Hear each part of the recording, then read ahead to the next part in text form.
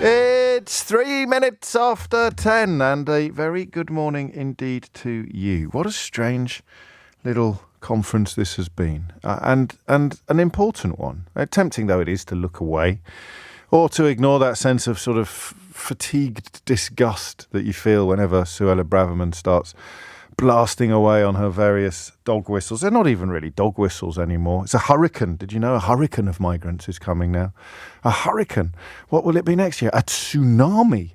There'll be what comes after a tsunami of people like her parents? I don't know. What would it be? I say fatigue disgust because I'm never on the receiving end of this sort of rhetoric, obviously. Well, I sort of am, actually. I presume when she talks about because you can't really name anyone. This is what's so bizarre about this new iteration of the Tory party is that they talk about who their enemies. Hey, all of these people who call you racist when you talk. Who are these people? I could off the top of my head, you've got Gary Lineker, Carol Vorderman, and me.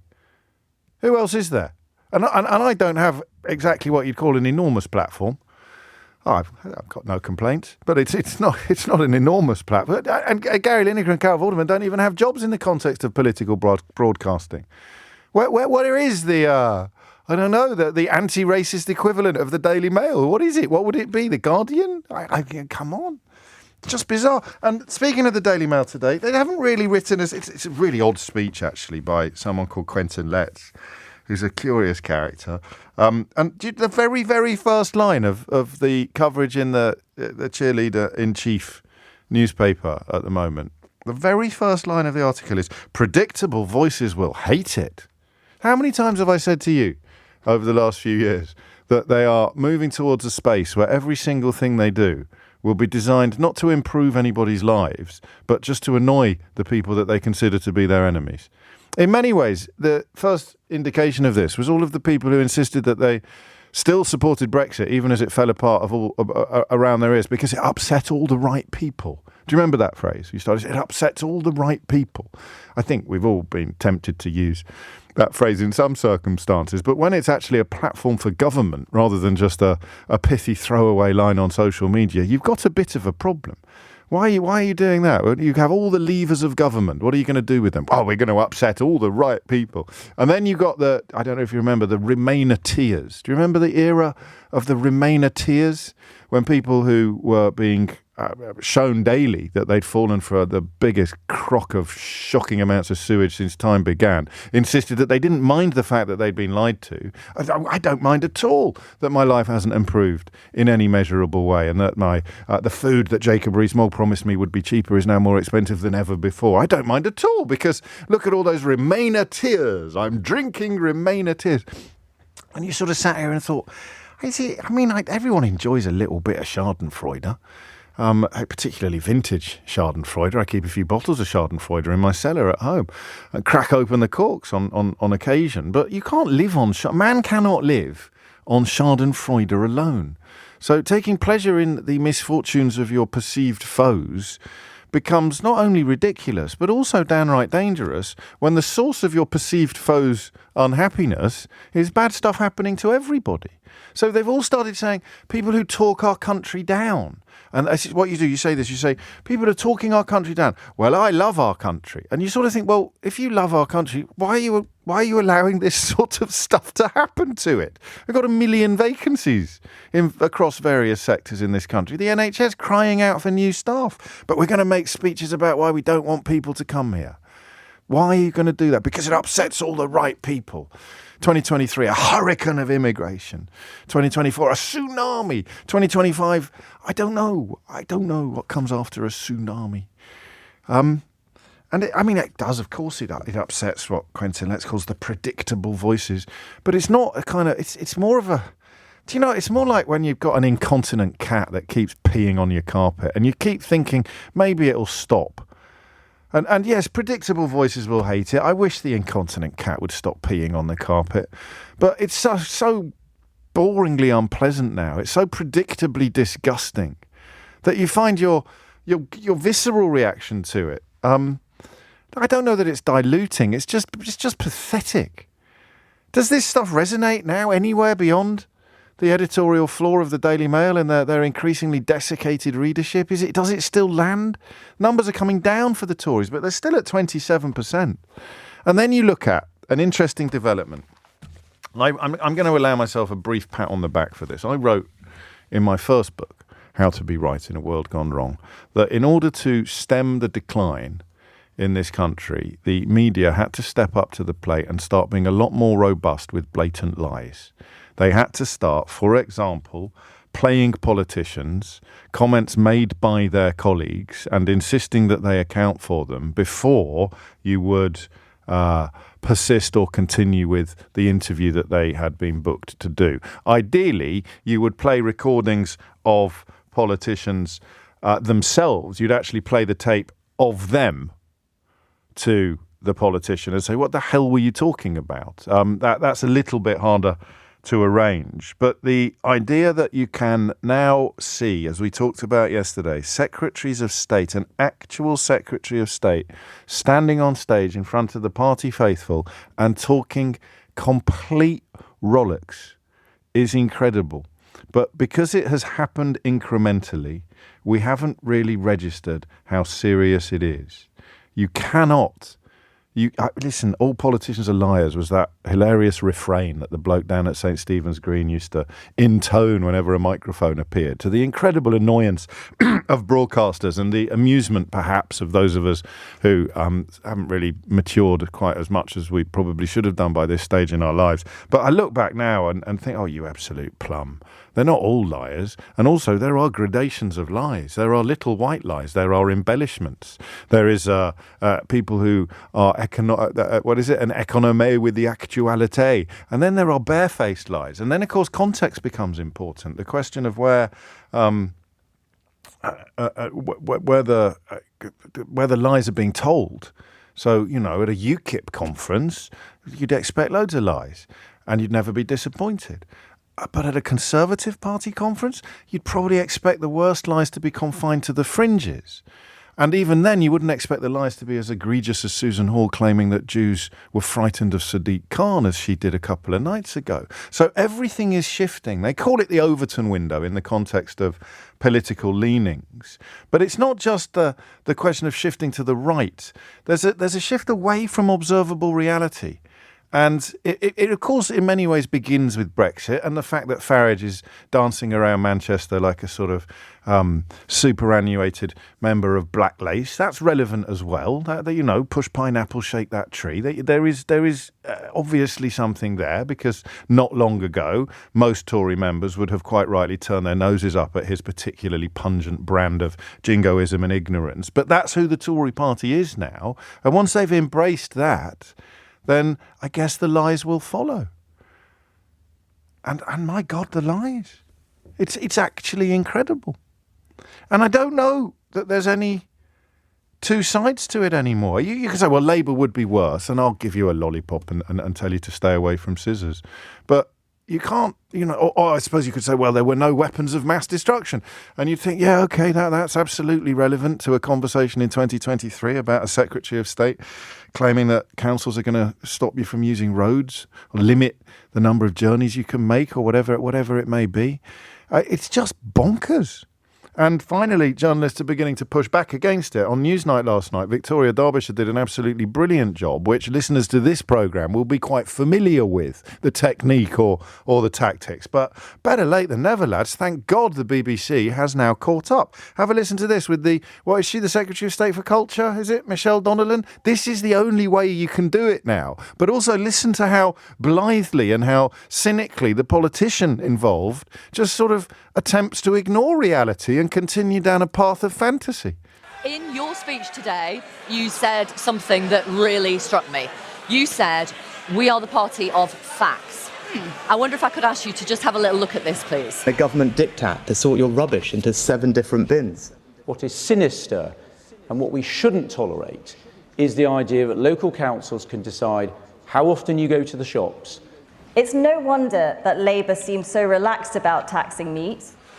How can you be the party of facts when none of that is true? We are the party that stands up for facts, and my announcement today... I'm going to pause you right there. None of those 3 things are true. Well, it certainly is true. There are a lot of people that have been calling for a meat taxation. And it's this government that have been stemming I'm not going to let this go. There was never a proposal to use 7 bins. We can't find any council that wants to decide how often people can go to shops. And Labour have never proposed taxing meat. They are untruths, they are fiction, they are completely and utterly made up. And it's really disrespectful to voters. All hail Victoria, Derbyshire. It's really disrespectful to voters. That is the point. And then, of course, there is Andrew Boff being slung out of conference for sort of mild muttering in protest at some of the bile coming out of Suella Braverman's mouth. But what that Newsnight clip picks up on is something truly remarkable and something profoundly dangerous. Because you could say, and I would disagree with you, but we would be at least engaging on an agreed playing field and playing by agreed rules. You could say that this is nothing new. Politicians always tell lies and they're all as bad as each other.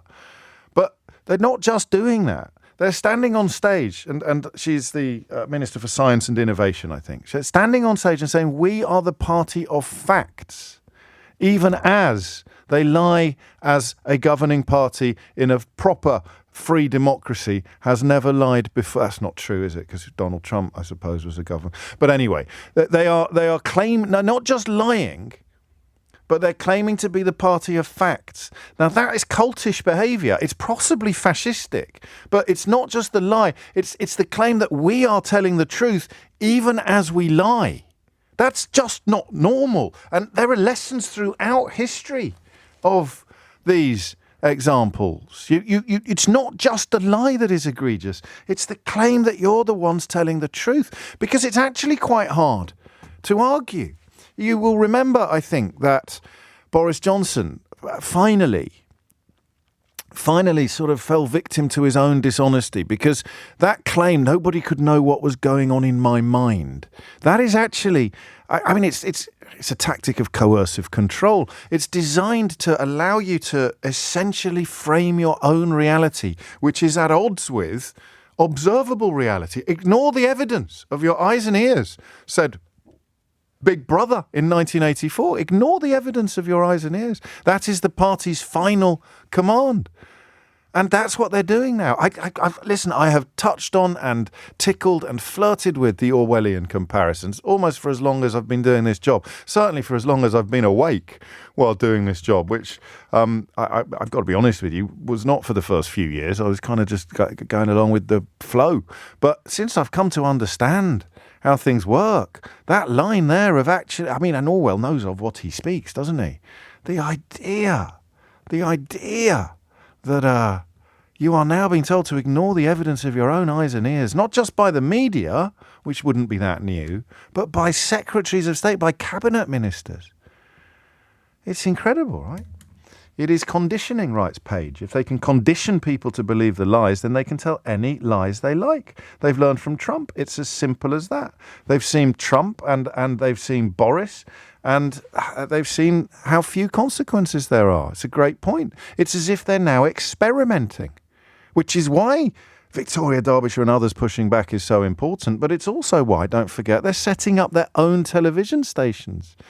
And they've already tested the water by telling lies about vaccines or telling lies about lockdowns. What lie? They're pushing it constantly. What lies can we tell?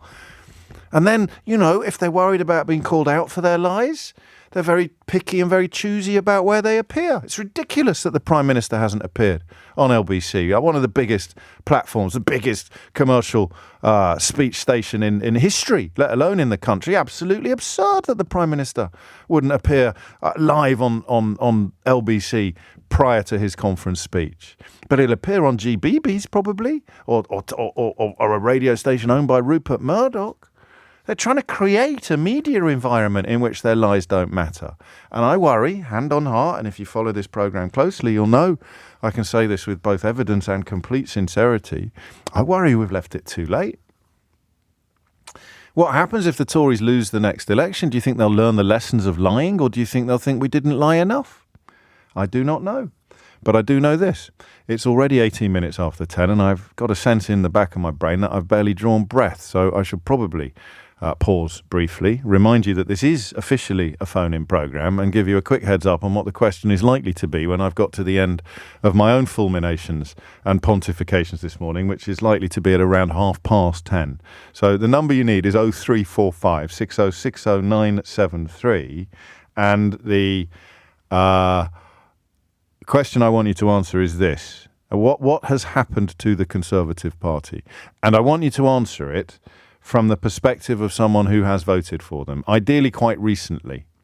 What has happened to the Conservative Party? Talk me through how and why you think the party has ended up in a place where Hugo Rifkind of The Times describes it perfectly just in the last hour. He says, all the strategy seems to be predicated on the idea of a huge amount of Britain having views and obsessions that Britain in general has in no way indicated that it actually has. How has the Tory party ended up with cabinet ministers telling blatant lies on stage and their colleagues falling apart in broadcast interviews as they try to defend them? What has happened to the Conservative Party? 0345 6060 973. We'll start with Tory voters and ideally even members, and then we'll broaden it out a little later. But if you want to be front of the queue, if you want to come out of the blocks at 100 miles an hour, if you want to mourn for the party you loved, for the party you supported, the party perhaps of Michael Heseltine or Ken Clarke, or the party even of William Hague or Rory Stewart, the party of David Gork, I don't know, the party of Anna Soubry. What has happened to the Conservative Party? How has it ended up here? It's 10:20. 22 minutes after 10 is the time. So I may regret this later in life. I may regret it later today. But I don't subscribe to the footballification theory of politics. It's unlikely that I'd ever vote Conservative. I voted for Boris Johnson to be London Mayor in 2008, but that was me falling for the sort of cult of personality rather than a party political issue. But I don't look down on people who do. I think I'd struggle to understand a vote in the next election, given what's happened over the last 13 years. But in 2010 or 2015, in even 2017 or 2019, I could get my head around it. So don't feel unwelcome. Don't feel alienated or judged. Please don't. It'd be really daft and very defeatist of me. But what's happened to the party you vote for or have voted for in the past? Hit the numbers now. You will get through. 0345 6060 973. But first, a little bit more evidence to support the question. This is the Transport Secretary, Mark Harper, lying. But what is different, what is sinister, and what we shouldn't tolerate is the idea that local councils can decide how often you go to the shops, and that they ration who uses the roads and when, and they police it all with CCTV. Here is Claire Coutinho lying. It's no wonder that Labour seems so relaxed about taxing meat. Keir Starmer doesn't eat it. And Ed Miliband is clearly scarred by his skirmish with a bacon sandwich. Oh, God. Here is Susan Hall, the Conservative candidate for London Mayor, lying. I know how frightened some of the community is because of the divisive attitudes lead on. One of the most important things that we can do when I become Mayor of London is to make it safer for everybody, but particularly for our Jewish community. So I will ask for as much help as I can get in London, because we need to defeat him, particularly for our Jewish community. Here is Michael Gove lying. We're not just the party of opportunity and ownership, we're the party of beauty and nature. And that is why we will resist the proposals of the Labour Party, and now the Lib Dems too, to build all over the green belt and to destroy precious natural habitats. Labour must not be allowed to take our fields, meadows and forests away from our children, and we will stop them. And here is the Conservative chair of the London Assembly, exercising freedom of speech at the Conservative Party conference. We don't challenge this poison. Things just get worse. There's no such thing as gender Whole ideology. institutions become captured. No. And of course, as always happens when the left gets the upper hand, those who fail to conform are persecuted, chased out of their jobs for saying that a man can't be a woman. That's the Conservative chair of the London Assembly. At one point, quite a high-profile contender to be the Tories' candidate for London Mayor, a chap called Andrew Boff, spoke to Nick earlier. That's not a Just Stop Oil protester or an infiltrator from the left. It's not an anti-war protester or a Extinction Rebellion activist. It's a Conservative politician, quite a high-ranking Conservative politician in the London hierarchy, being thrown out of the Conservative Party conference. I'm just reading now that John Crace, the Guardian sketch writer, has been banned from attending the Prime Minister's speech. None of this is normal. What's happened? 0345 6060 973. What's happened? And I'll take anything you've got, but ideally from a position of having been supporter. More recently, the more supportive you were more recently, the more interested I am in what you think explains this catastrophic collapse. George is in Portsmouth. George, what would you like to say? Good morning, James. It's a pleasure to call into your show today. Long time listener and fan.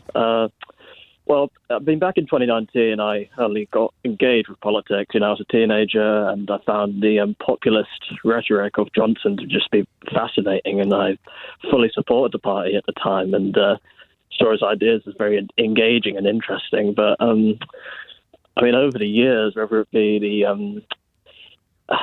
economic turmoil we've been in, the absolutely repulsive Enoch Powell levels of rhetoric on immigration, or the climate denialism on display by cabinet members and senior officials in the Conservative Party, I've come to the conclusion that the Conservative Party has descended into a fascist pipeline. We've seen this with Braverman and her immigration stances about integration and multiculturalism. We've seen I believe that the transport sector is spreading anti-Semitic 15-minute city nonsense. Why is that anti-Semitic? Just out of interest, is it a New World Order type thing? Yeah, it's a New World Order type thing. It originated from the QAnon group. Okay. Yeah. So there is such a thing as 15-minute cities, as we discussed yesterday, but they are not designed to do any of the things that the conspiracy theorists claim that they are designed to do. And it speaks to a secret cabal of puppet masters trying to control the population, and that is, of course, historically quite a well-established anti-Semitic trope. Yeah, precisely, James, yeah. And overall, this kind of divisive nature of separating us from them and talking about whether it's the Rokarati, the global elite, the blob, the woke exactly. mob, the tofu-eating Wokarati, the anti-growth coalition. Exactly. It's all groups of... And what's the Daily Mail today? First line of a speech. Predictable voices will hate it. Yeah, Predictable voices will hate it. Well, tell me about the people who love it. It's so what's insane, happened then, George? Well, because that's a nice digest, actually. It's a very nice digest of evidence-based observations and descriptions, but the broader direction of traffic is explained by what? Unfortunately, I think that it's growth in the European far right, and it's kind of infected our country as well. You see this whether it's in Spain, Germany, France. It's just taking over the entirety of Europe, and we've been affected by it. It's a sort of 20 to 25% that are historically receptive to this kind of rhetoric.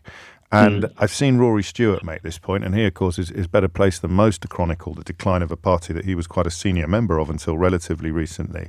And the calculation would be that you shore that up and then hope that it grows. So that would explain Braverman, but it wouldn't explain Mark Harper talking gibberish about road use, would it? Or would it? I don't know. I'm asking you. Gosh, I'm not sure, actually, on Mark Harper. He's a very confusing figure. I just think that this kind of... We've got to throw something. We've got to throw something at the wall, and we can't throw achievements at the wall, so we've got to throw division. Exactly. Division is one of the biggest tools of a fascist movement. They, rather than focus on the actual issues at hand, whether it be the economy, the climate, or whatever it is, transport infrastructure, you name it. Exactly. Then you just keep telling people that they are under threat. You keep telling people that there are, and it's so weird to come from government, and that's why I haven't, and I would, I think, at almost any point previously in this program, I would have just picked you up slightly on the use of the F word, but I'm not going to do that anymore. That's a proper shift in editorial policy on this programme. If you, like George, can back up your use of the F word with evidence and explanation, then I am absolutely going to let it stand. I may even join in. Just to clarify what Rory Stewart has said that backs up what George has said, there's a clear European playbook here, which is mobilising 20 or 25% of the vote with this language, now in Germany, France and some of the Nordics. Braverman is clearly betting that it will only grow. So that's what she's doing. And, of course, many people, particularly people who have a similar background to her, as in a very recent family history of immigration, regardless of ethnicity, find that the knowledge that the people she's wooing would have been the people calling for your own parents to be deported particularly difficult. But unless you've got a better explanation of what's going on, then George's deployment of the F word stands. It's 10:31, 0345 6060973. Conservative supporters who want to have a crack at explaining what's happened to their party. I am, as they say, all ears. Thomas Watts is here now with your headlines. It is 10:35 and you are listening to James O'Brien on at LBC. The 27% of people in the latest poll still supportive of this iteration of the Conservative Party are fascinating and in some ways speak to Rory Stewart's explanation of what's happening in Manchester, which is the tradition across Northern Europe of roughly 20 to 25% of the population being up for it, up for the fascism or the crypto-fascism or the quasi-fascism or the fascist-adjacent rhetoric and policies. Rhetoric like a hurricane of migrants heading to a country with 1 million job vacancies. Oh, what a terrible prospect that would be. But to see all of them lining up to share various nonsenses about bins and meat taxes and 15-minute cities and road rationing. As with all conspiracy theories, there's always a little kernel of truth somewhere. Even if your council has introduced 7 bins, the idea that this is an issue of national political importance, or B, something that is going to be policed by the bin waffer is clearly absurd. They can't even arrest shoplifters. You think you're going to get into trouble for putting a tin can in the glass bin, then you're daft. Or rather, you are relishing being daft. Because another thing that occurred to me this morning, looking at the Telegraph rather than the Mail, was a commentator called Camilla Tominey describing Suella Braverman's speech as a real crowd pleaser. And that stopped me in my tracks because I think she sort of accidentally said the quiet bit out loud. It's how can it be a crowd pleaser to tell people that they're about to be swamped by a tsunami of foreigners? And the answer, of course, is that they really want to hear it. They love it. It's why the queue for the ghost train is always 100 times longer than the queue for the speak your weight machine. I want to be terrorised because I've been radicalised. And I want my prejudices to be reflected back from the podium at the Conservative Party conference. So the prejudice, the quasi-racism, the jingoism, the xenophobia is easier to understand perhaps than the other lies, such as, of course, Mark Harper's and Claire Coutinho's. So what has happened? What has happened to the country in general, but the party in particular? Helen's in Yeovil. Helen, what would you like to say? I've got an interesting crossover on this. I'll be the judge of that, madam. My grandparents were Hungarians who fled the Second World War and became English immigrants. Like Dominic Raab, like Dominic Raab's dad. Oh, is he? Yep. Oh, another Hungarian, is he? I didn't know that. That's one bad apple everywhere, isn't there? Well, you can say that. Now, they brought my father and my uncle over to the UK and they started up in business and they were Tory voters all their lives. Yes. And when I started to vote, I did the thing that a lot of teenagers used to do. I think they're better informed now. And I voted the way my parents voted. Yes. And then I went into business for myself and I continued to believe that the Tory party were the party that had the most resonance for me. And I voted Tory all my life, but I will never, ever vote for them again because Boris Johnson has created a swamp of career politicians and the only thing they're interested in is their careers and not the country. And the other thing about Johnson is he's bred a culture of complete lies. And we're seeing this now at the party conference. I'd love to be able to vote Lib Dem and make my vote worth something. Yes. But I think the only way I can go next election is to do something I never thought in my life I'd say, and that's to vote Labour. I understand. I think you've explained yourself very well, and I like the points the points of departure, if you like, from your traditional voting habits. That line there, I watched Liz Truss, Helen, and thought, well, the rest of us were kind of goggle-eyed at the depth of Johnson's deceits. Never mind the sort of moral depravity, just the blatant lies. We all watched goggle-eyed, including, you and I have very different voting histories. Liz Truss was taking notes. And then this conference is almost the apotheosis of that note-taking process. You've sort of got a generation of senior Tories, right up to the cabinet, who've watched someone slide all the way to Downing Street on wheels of lies. And so they, rather than thinking, God, we've got to turn this around, we've got to rescue our party from these depths of dishonesty, they've thought, crikey, you don't get into trouble for lying anymore. So I'm going to fill my boots. They kind of also know they are not going to get back into power. Therefore, who do you look after then? Your own backside. And that's, to me, what each and every one of them is doing. I've got to say, I watched that Partygate. Did you watch it? Was it any good? Do you know something? I expected it to be a bit of a spitting image joke thing, and it was hard-hitting, and it was so well put together, and I turned the TV off and I felt sick with disgust.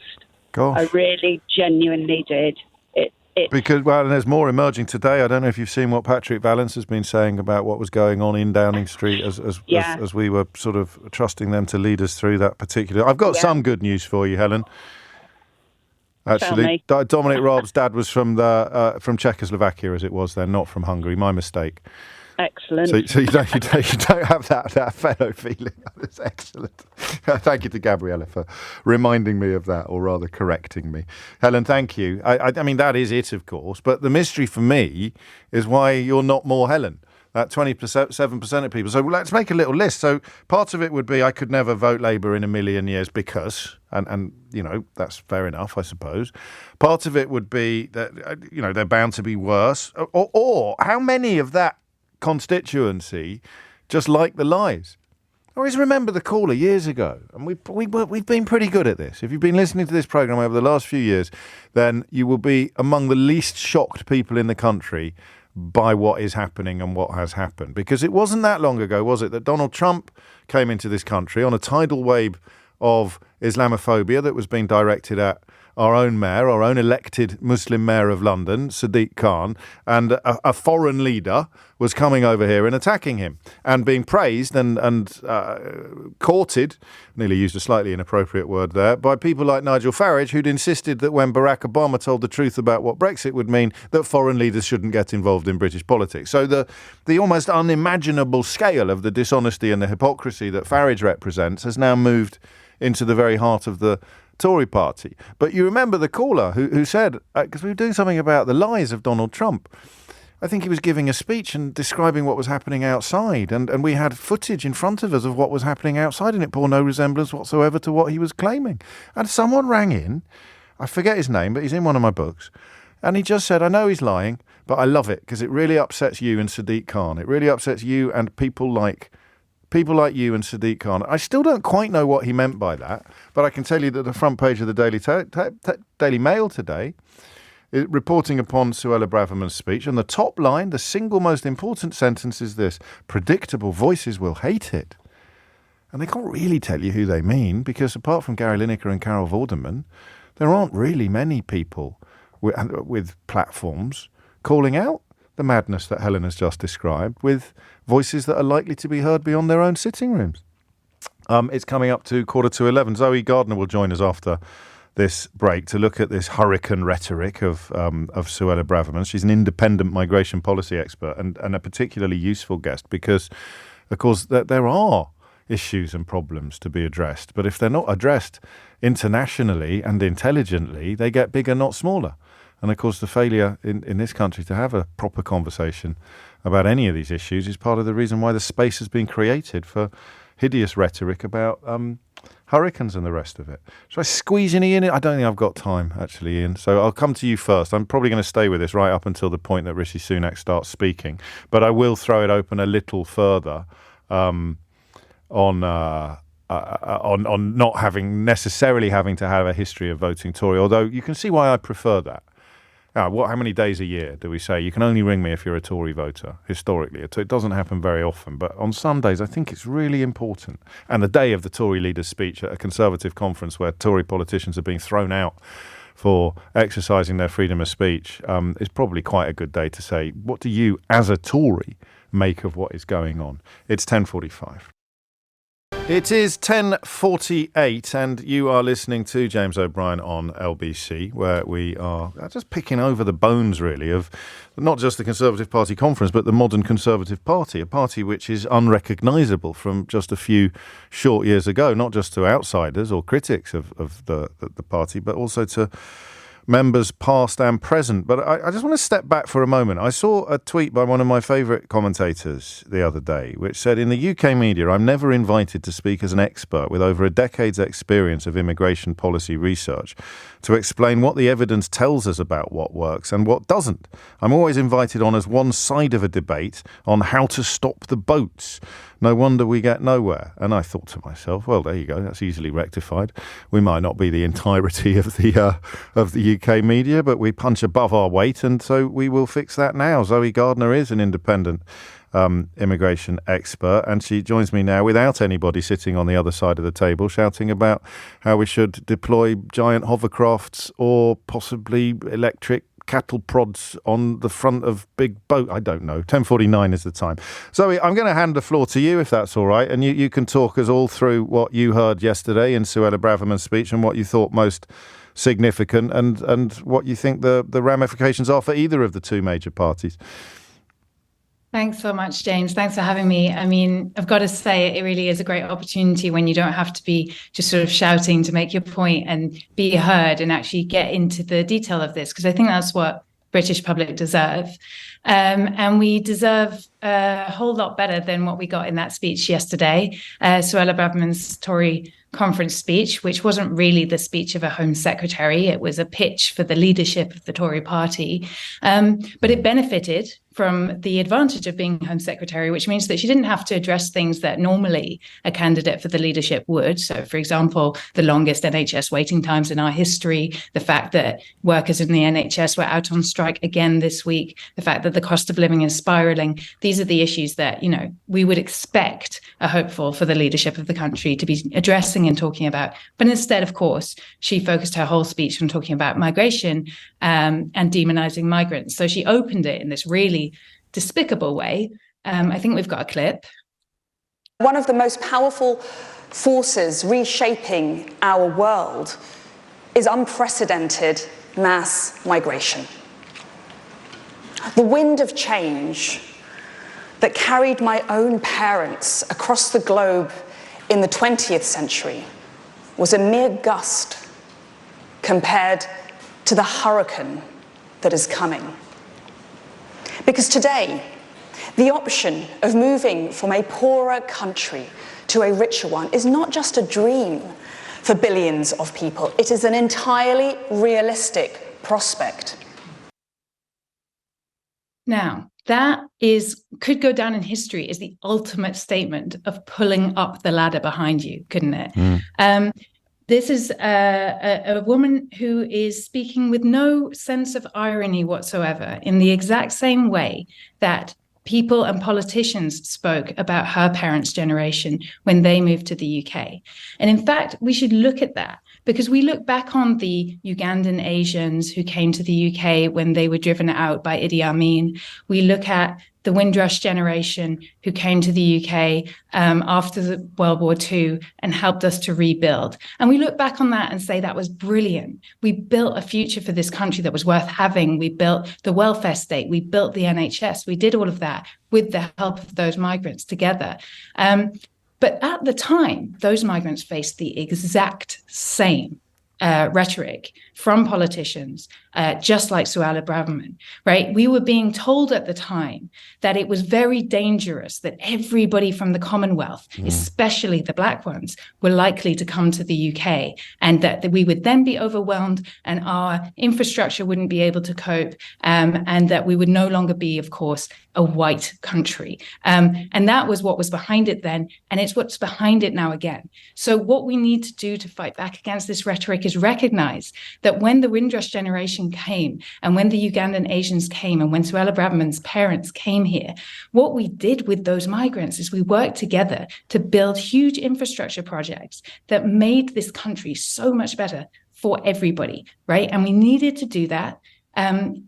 And we could do it again, but not under this government, not under this Tory government, because this government has shown us that they are completely against the idea of investing in the infrastructure that we need. Whether this isn't about migration, this is about the simple needs of the future for this country. We need to build infrastructure. The Tories have fallen short by 100,000 homes on their own paltry targets for house building in the last year. They've fallen short year on year on their targets for building houses. They've just been announcing, their big announcement from this conference is that they're scrapping half of HS2. These are big infrastructure projects that this country needs to invest in order to be fit for the future. And what Suella Braverman is telling us here is she's not only signaling to the racist elements in our society, who I think of actually very few, much fewer than in Enoch Powell's day. Do you? I think she's saying that right. dream smaller. Yeah, well, Rory Stewart this morning has suggested there's 20 to 25% of populations in Northern Europe who are susceptible to this sort of rhetoric. So, I mean, that's the gamble, that's the calculation.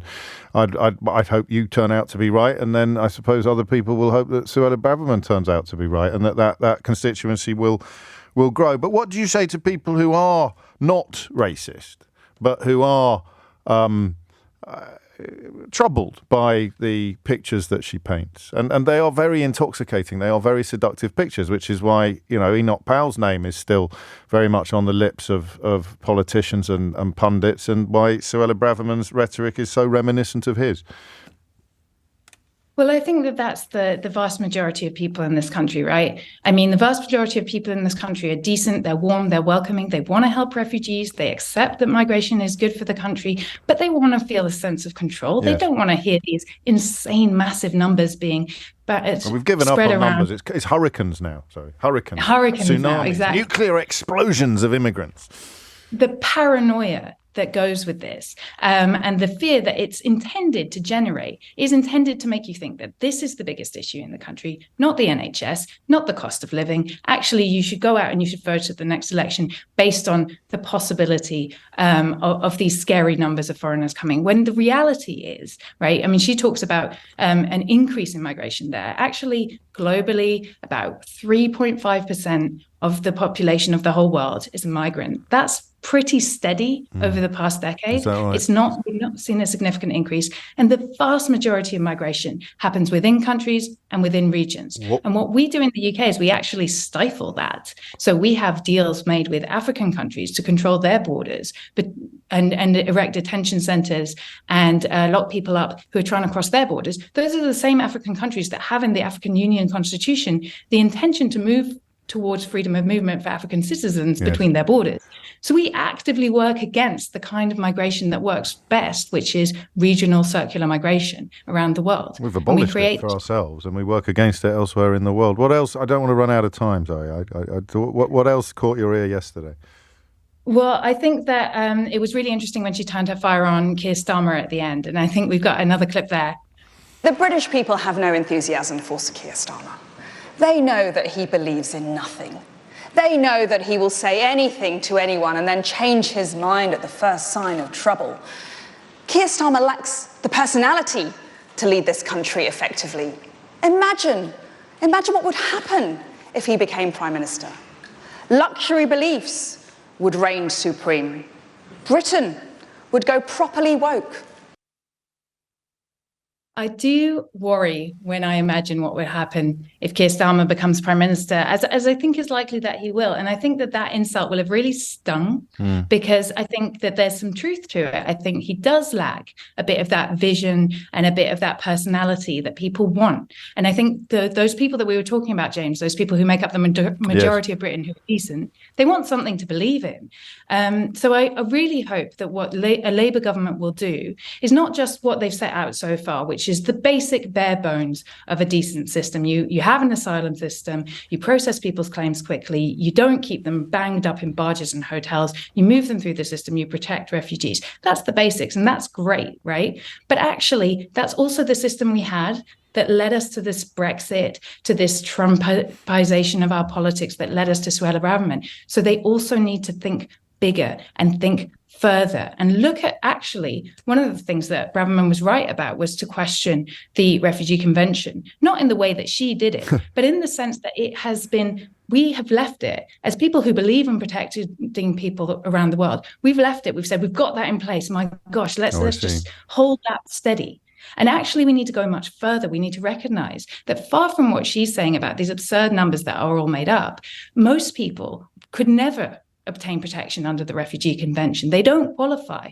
But lots of those people will have good reason to move anyway, whether that's because it's the best survival strategy in the face of climate change, whether it's about finding work and moving around to find better opportunities for the future. All of those things we don't actually provide for. And that's what's created these uncontrolled routes of migration happening. So Labour needs to take that seriously and address the needs of that population. It's very hard to pick things that highlight much of or enforce much of what you're saying, and I forget which one it was, but there was a Conservative Party politician this week urging us all to have more children. So sort of bizarrely recognising the need for much of what you've just described, but concluding that the solution is to encourage people to have children that they currently don't want to have.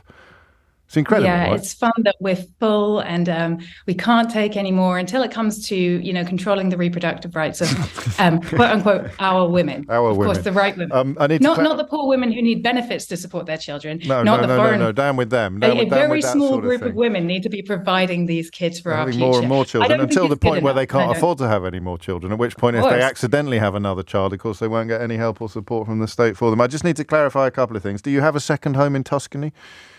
I don't have a second home in Tuscany. Because I was told by the Home Secretary yesterday that everyone who has a problem with her rhetoric and policies must have a second home in Tuscany.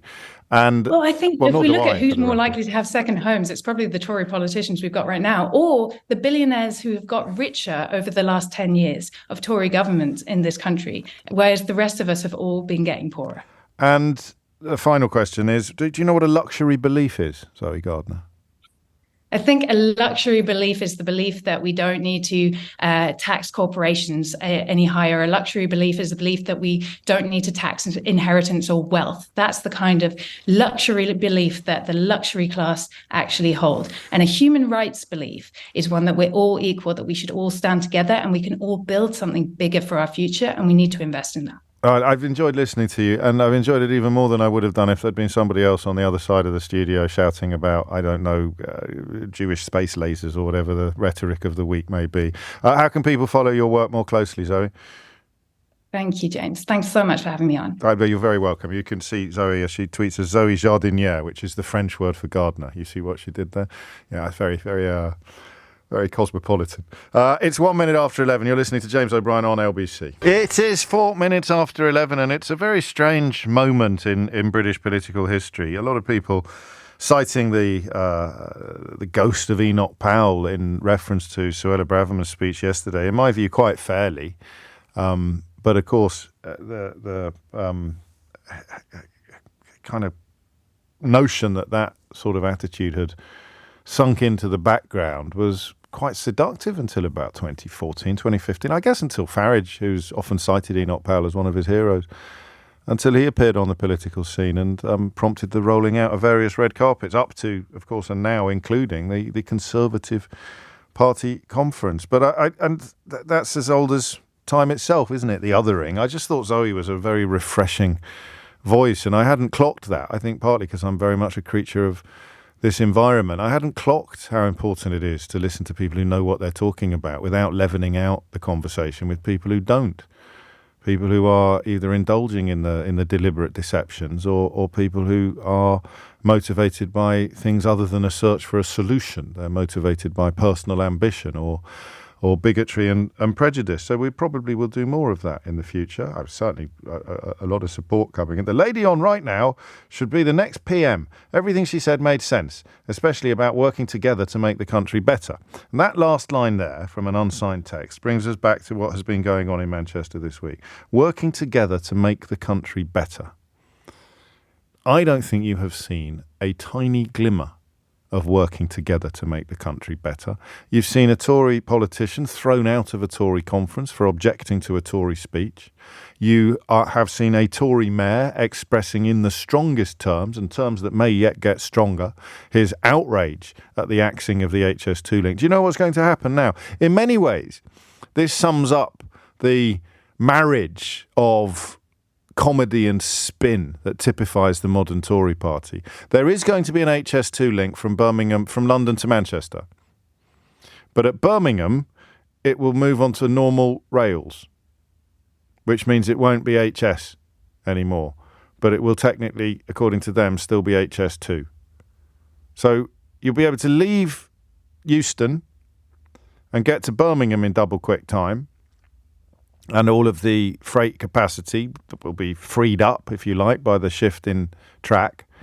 But when you get to Manchester, you'll move back onto bog standard railway line. So it's HS2 to Manchester, HS2 to Birmingham, and then bog standard from Birmingham to Manchester. So you get HS2 from London to Birmingham and BS2 from Birmingham to Manchester. HS2 from London to Birmingham, BS, bog standard, or you can insert your own words there if you prefer, BS2 from Birmingham to Manchester. And Andy Street, well, again, a Tory politician who is impressive. And I know some people think you should never say things like that, but, you know, that way, cultish online celebrity lies. I'm impressed by Andy Street. I now get sent 5 texts telling me about awful things he's done in the past, or a voting, at least he won't have a voting record, will he, as a mayor?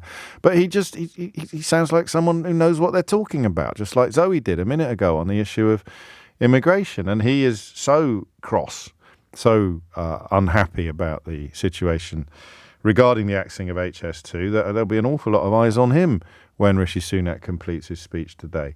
And that's policy. That's bad policy in his view.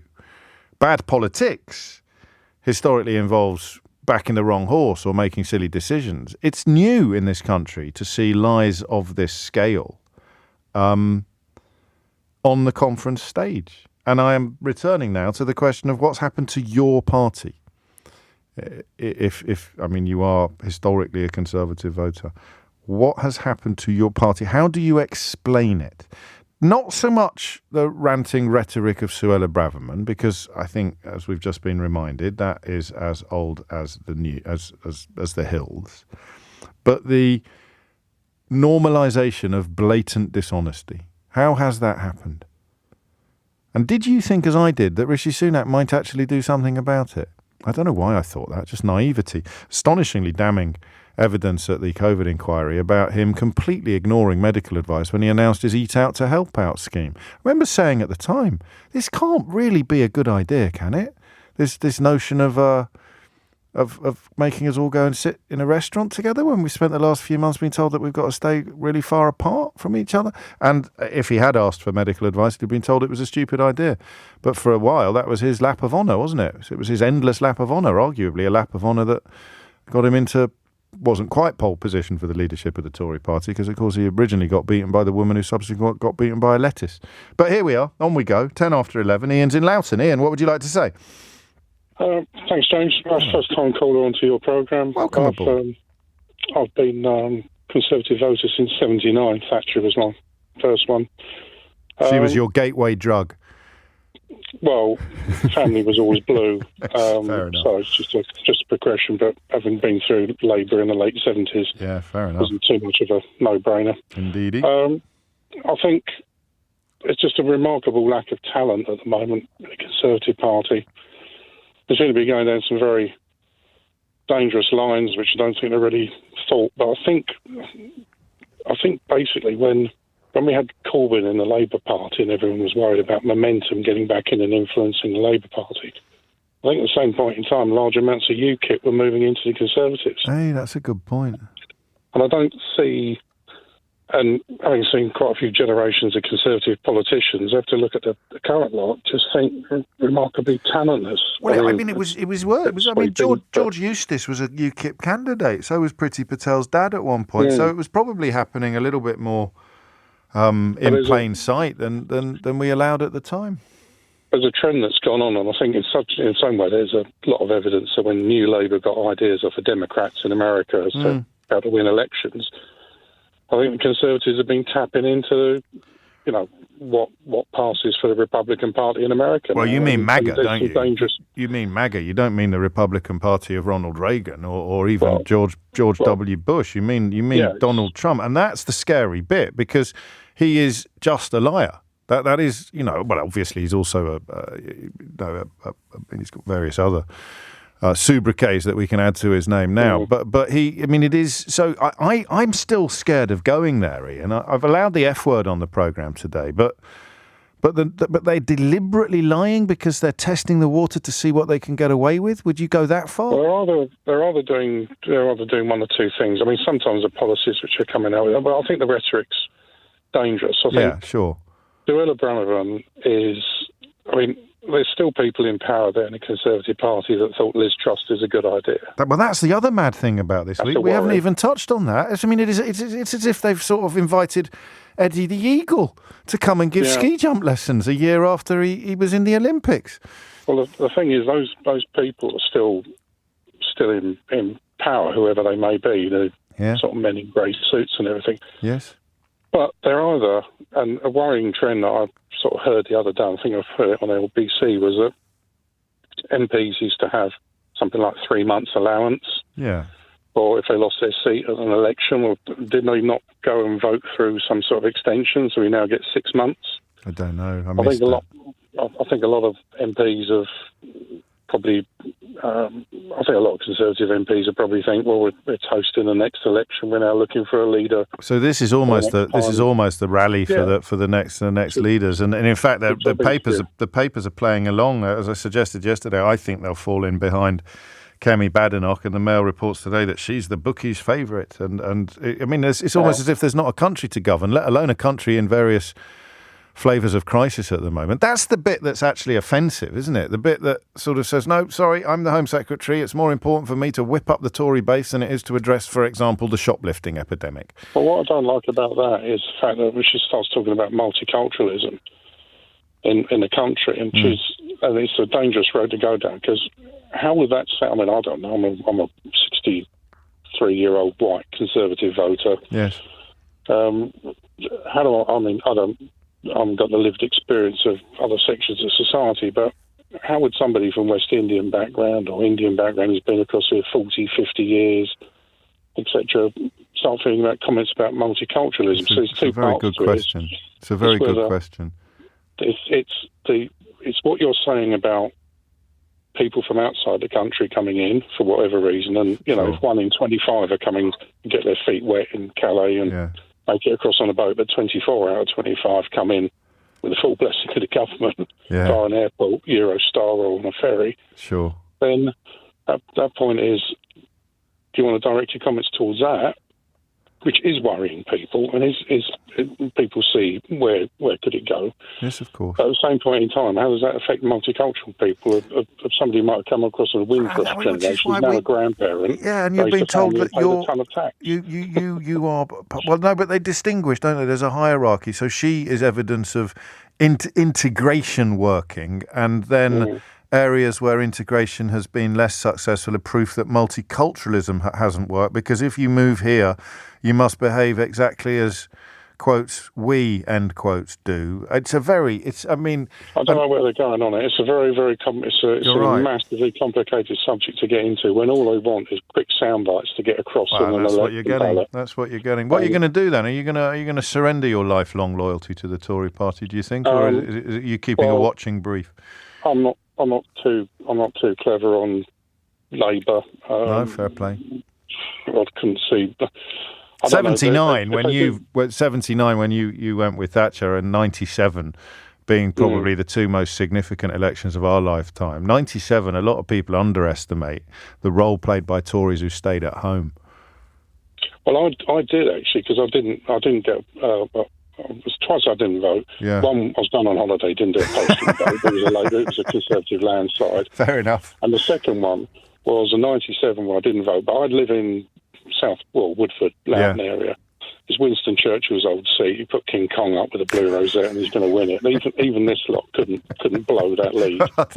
Who is it now? Who's the MP now? But the thing was, I didn't vote for him in that election because, one, it was pretty obvious it was going to be a Blair landslide. Yeah. But secondly, because of the Matrix Churchill affair. Oh, of course. When yes. half a cabinet, which a lot of listeners may or may not remember or not know of, so the when weapons being sent. Half the cabinet knew those guys might go down for long prison terms because they're actually following orders from MI6. And just kept stum. I didn't vote out of protest. But fair enough. But in a general sort of thing, there's a nasty slide, and I think in some places, in some ways, Suella Braverman is touching on a few things which are raw nerves, and if we don't come up with answers.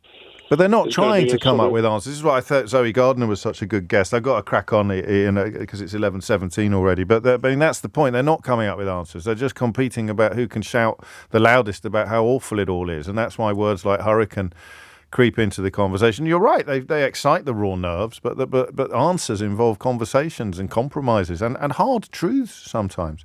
Thank you, mate. I've really enjoyed talking to you. I look forward to your next call to the programme. On the issue of lies, Emma says they don't see them as lies, though. They're trigger word clouds from focus groups, wrestled into 3-word slogans that you can lockstep crowds into. Another echo there of the F word. Indeed, as she points out, I fought with myself about using the word goose step, but they don't believe they're in the same vein as actual Nazis. It's PR, which is a tool that has no morals, which is why it's deadly in the hands of racists and fools. It is PR, isn't it? I mean, it's a bit like trying to sell you something that is going to give you the skin of a 21-year-old. It's not going to give you the skin of a 21-year-old, and you're not allowed to say that it will. The Advertising Standards Authority would clamp down on someone flogging face cream with considerable more rigour and robustness than any institution in this country, and 80 to 90% of the media will clamp down on a politician like Mark Harper for talking utter twaddle on the conference stage in Manchester, or indeed a politician like Suella Braverman for trying to resurrect the ghost of Enoch Powell.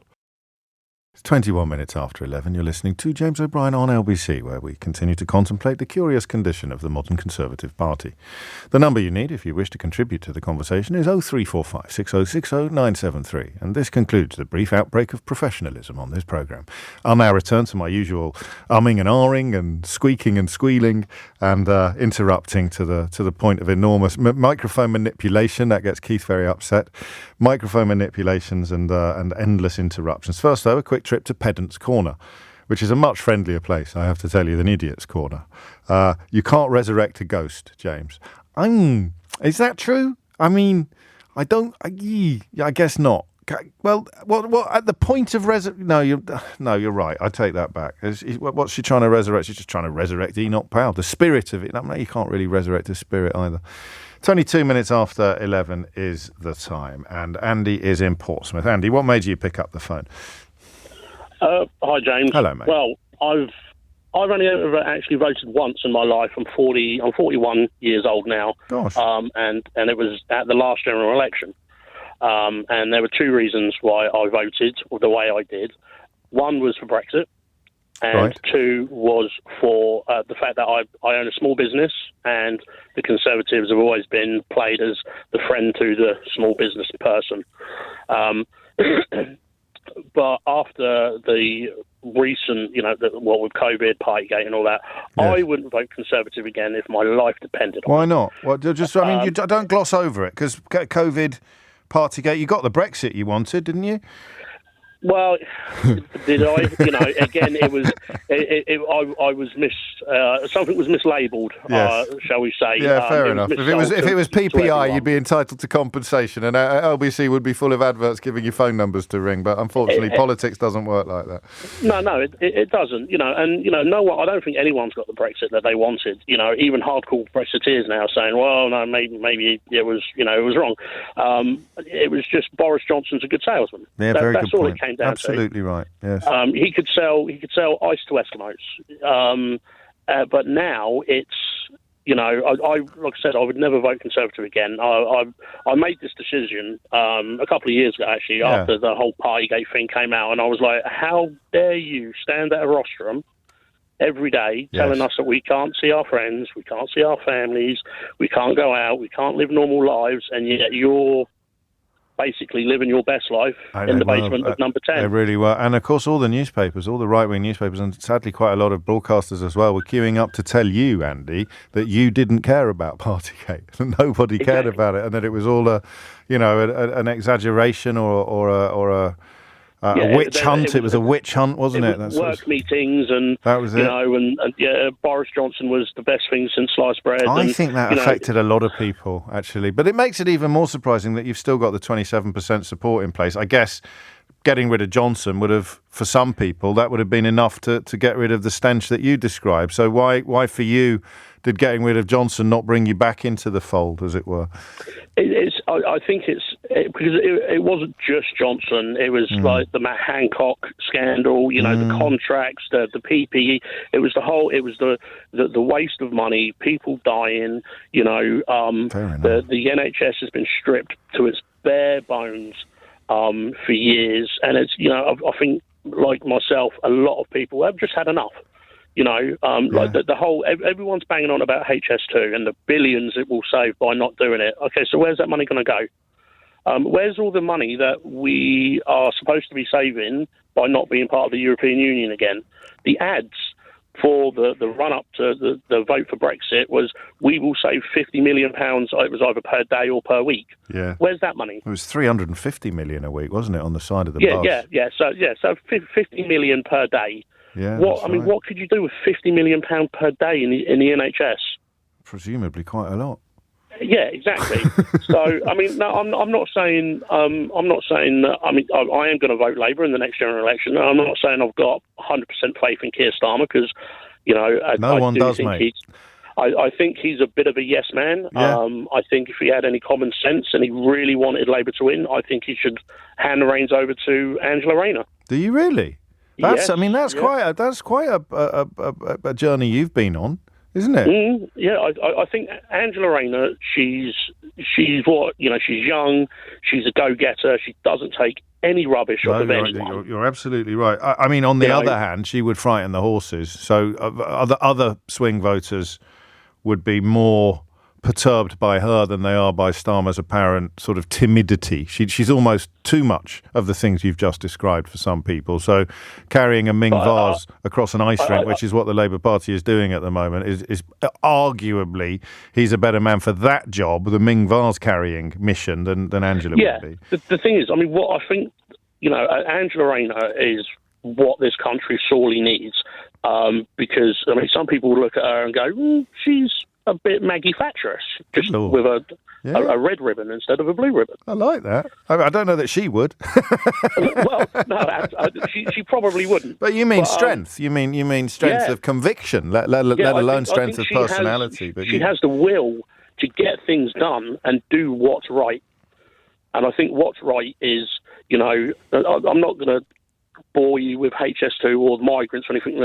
I think we need to just, get back on track, get the NHS fixed for a start. That was a big part. We forget that was a big part of '97. That pledge, and the numbers back it up as well. It's a bigger mountain to climb in 2024 than it was in 1997. But Labour do have the record on that. Andy, mate, thank you. I've enjoyed the last two calls particularly. Nothing wrong with all the previous calls either, but listening to people describing a swinging of the needle when an awful lot of political conversation and coverage is quite entrenched, isn't it? It comes from positions that often appear to be immovable. That's why I think we should pay more attention to politicians that actually make decisions based on conscience, that actually cross the floor or change party, not for personal ambition, but for reasons of principle. That feels a little unfashionable. Thank you to Andy. Thank you also to everybody who is working on the correct phraseology of my Enoch Powell, Suella Braverman point. You could invoke the spirit of Enoch Powell, says Phil in Shropshire, whereas you could summon the ghost, says Martin in Blackburn. Those are both better ways of describing it. You're quite right. And Mark in Tooting reminds us that it was Jacob Rees-Mogg who described Partygate as fluff. So the events that were enough to turn our last caller against the Tory party, quite possibly for the rest of his life, Jacob Rees-Mogg is still describing as fluff. And, of course, a witch hunt, something for which I think he was criticised by an actual select committee. It's coming up to 11:29. You're listening in to LBC. You're listening to James O'Brien on LBC. That little stumble there is because Rishi Sunak's due to speak a little earlier than I was expecting. So we're expecting that speech in Manchester to begin in just over 10 minutes. That's the number they've given. It very rarely happens like that. But with a conference speech and an early start, it may. We'll catch up with Henry Riley, who I think is in Manchester for LBC, because Natasha Clark, our political editor, will be bagsying a seat in the hall after the very latest news headlines. The time now is 11:30, and Thomas Watts has those headlines. 11:32 is the time. Speech from Rishi Sunak it's going to happen today, almost certainly in the next 40 minutes, possibly in 7. There's 3 different theories on this, I'm told. Henry Riley thinks 11:50. Natasha, our political editor, thinks 12. And the BBC is currently saying 11:40. So you takes your pick. You pays your money, you takes your pick. I don't know. Oh, Henry thinks 12. Oh, I'm getting so confused. Natasha thinks 11:50. It doesn't really matter, does it? So BBC 11:40, LBC's political editor, and Sky's gone for shortly. So I feel I should join in. I'm going to say imminently. Imminently. Imminently is quite a big envelope, isn't it? You can stuff a lot into imminently. Anyway, Rishi Sunak due to give his speech imminently. We will be taking it live on LBC. And we'll be catching up with Henry shortly about events in Manchester and likely contents of the speech. Penny Mordaunt currently making her leadership bit. I mean, currently delivering her speech to conference. And I'm told that Johnny Mercer is up next. He's always good fun. But it is Rishi Sunak upon whom some eyes will be focused imminently. 11:34 is the time. Martin is in Rotherham. Martin, what's happened to the Conservative Party? Hi, James. Nice to speak to you. So I'm a Labour voter nowadays, but I have floated in the past, and you probably, I don't know how much you're aware, but where I live, it all changed the last time round. Redwall Central. Yeah, it's a weird area to be in because I've got a Tory MP. By rights, doesn't really mean much to my area. But the problem is that they're not really Tory MPs. They're like UKIP MPs in disguise. And he's been on TV this morning, my local MP, and his sort of he says that her speech yesterday was the tone of the neighbourhood, which for me is a bit frightening because that says to me that all my neighbours are racists, are xenophobic, somebody who's from the LGBT community. That worries me. And I think we're kind of assuming that it's not going to get voted again, and there's going to be a change of MPs in some of our areas. But where I live, I don't think that's going to happen. I think we're stuck with him. What are the numbers like? Do you remember? What was the majority? I'm trying to think. It was quite high. I think it was about 60-40 or something like that. I think it was higher than we expected. I mean, who is your local MP? You don't have because is it Rother Valley? It's Rother Valley. So it's Alexander Stafford. Yes, he's another one of those sort of slightly. I don't know. I don't think anyone was expecting them to win, really, were they? They're basically, kind of. I've had a bit of a run-in with him in the past about things, basically doing the whole dog whistle type thing. And I'd stick up for somebody, and it's like, but it's not. He's playing to who his voters are. He doesn't do anything for improving the area. But the voters who didn't like Jeremy Corbyn and who wanted to get Brexit done, usually in that order, and then had concerns about immigration, but they were usually tied to Brexit. I don't know how big that constituency is. I don't mean the constituency of Rother Valley. I mean nationally. I don't know how many bricks there are in the red wall, to be honest with you. I don't think it's changed that much. Do you not? I think people still think. But the Tories do, because 30p Lennox said that we can't do what we did last time. We can't campaign on Brexit and Jeremy Corbyn because both of those ships have sailed, and we can't. I mean, he would consider Boris Johnson to be possessed of a sort of electoral Viagra, which the numbers don't support. But this isn't a generation of Tories that cares much about facts or figures. So those things have gone. But you think that the culture war rhetoric is probably going to work? Is that what I'm hearing? Yeah. Because in Rotherham, for example, you've got the CSE scandal that's still kind of rumbling on, which is what he keeps picking away at and suggesting that the local Labour Council is useless. I think Braverman did a bit of that yesterday, which it's not your children who will be groomed. I don't know who she's talking to when she says that, but it's that kind of rhetoric is inflammatory. It's basically divisive politics in this area, and it's quite frightening, I think, because it doesn't serve the locals any favours at all. It's okay for people who are outside of needing anything that the government would provide, which there's probably quite a few people in this area that are quite sort of, they've done all right for themselves. They don't have huge bills. Well, they have worse bills than they had. But do you know what I mean? Their heads are above the water. But for people maybe that are not quite like that, I mean, I'm not poor, but I feel the pinch, and I work with people who really do feel the pinch. And they're not hearing anything, and they're not. Well, we shall see, because the polls. I mean, you've got a 20% lead now, give or take, for Labour in most of the polls this week. So you may get some unexpected news up there. I don't know. The point being, of course, that the calculation between culture war and traditional politics is a clear and present one. Speaking of odd interventions, Penny Mordaunt keeps saying during her speech to conference that Labour wants to return the UK to the disaster of the 1980s. She's going to have kittens when she finds out who was in power for the entirety of that decade, isn't she? Henry Riley wasn't even born. He joins me now live from Manchester. What's going on, Henry? Oh, it's pretty quiet, to be honest, James. It's a peculiar atmosphere, really, because of the train strikes. ASLEF are on strike today, meaning that there are no trains running. So a load of party members and indeed journalists as well. Actually, some politicians have had to get the train back yesterday evening. So when it's normally sort of bustling, fizzing in here with excitement, it really isn't at the moment. It's pretty subdued, pretty quiet. A lot of the members I've been speaking with, not particularly happy, it has to be said. They really think Rishi Sunak has to pull some sort of rabbit out of the hat today and try and galvanise them in some way, because they're feeling pretty uninspired at the moment. What might that rabbit look like? Well, something that's not HS2. I think he needs to get that out of the way. It's dominated conference. I mean, quite how they've allowed an issue that they don't want to talk about to dominate the conference is baffling. It's an issue that they hadn't made their mind up, we hear, until a few days ago, and somehow it's been allowed to rumble on to the point where ministers who've been doing broadcasters have been asked about it repeatedly, which I'm sure they're very grateful for. But we understand he's going to act the Birmingham to Manchester leg.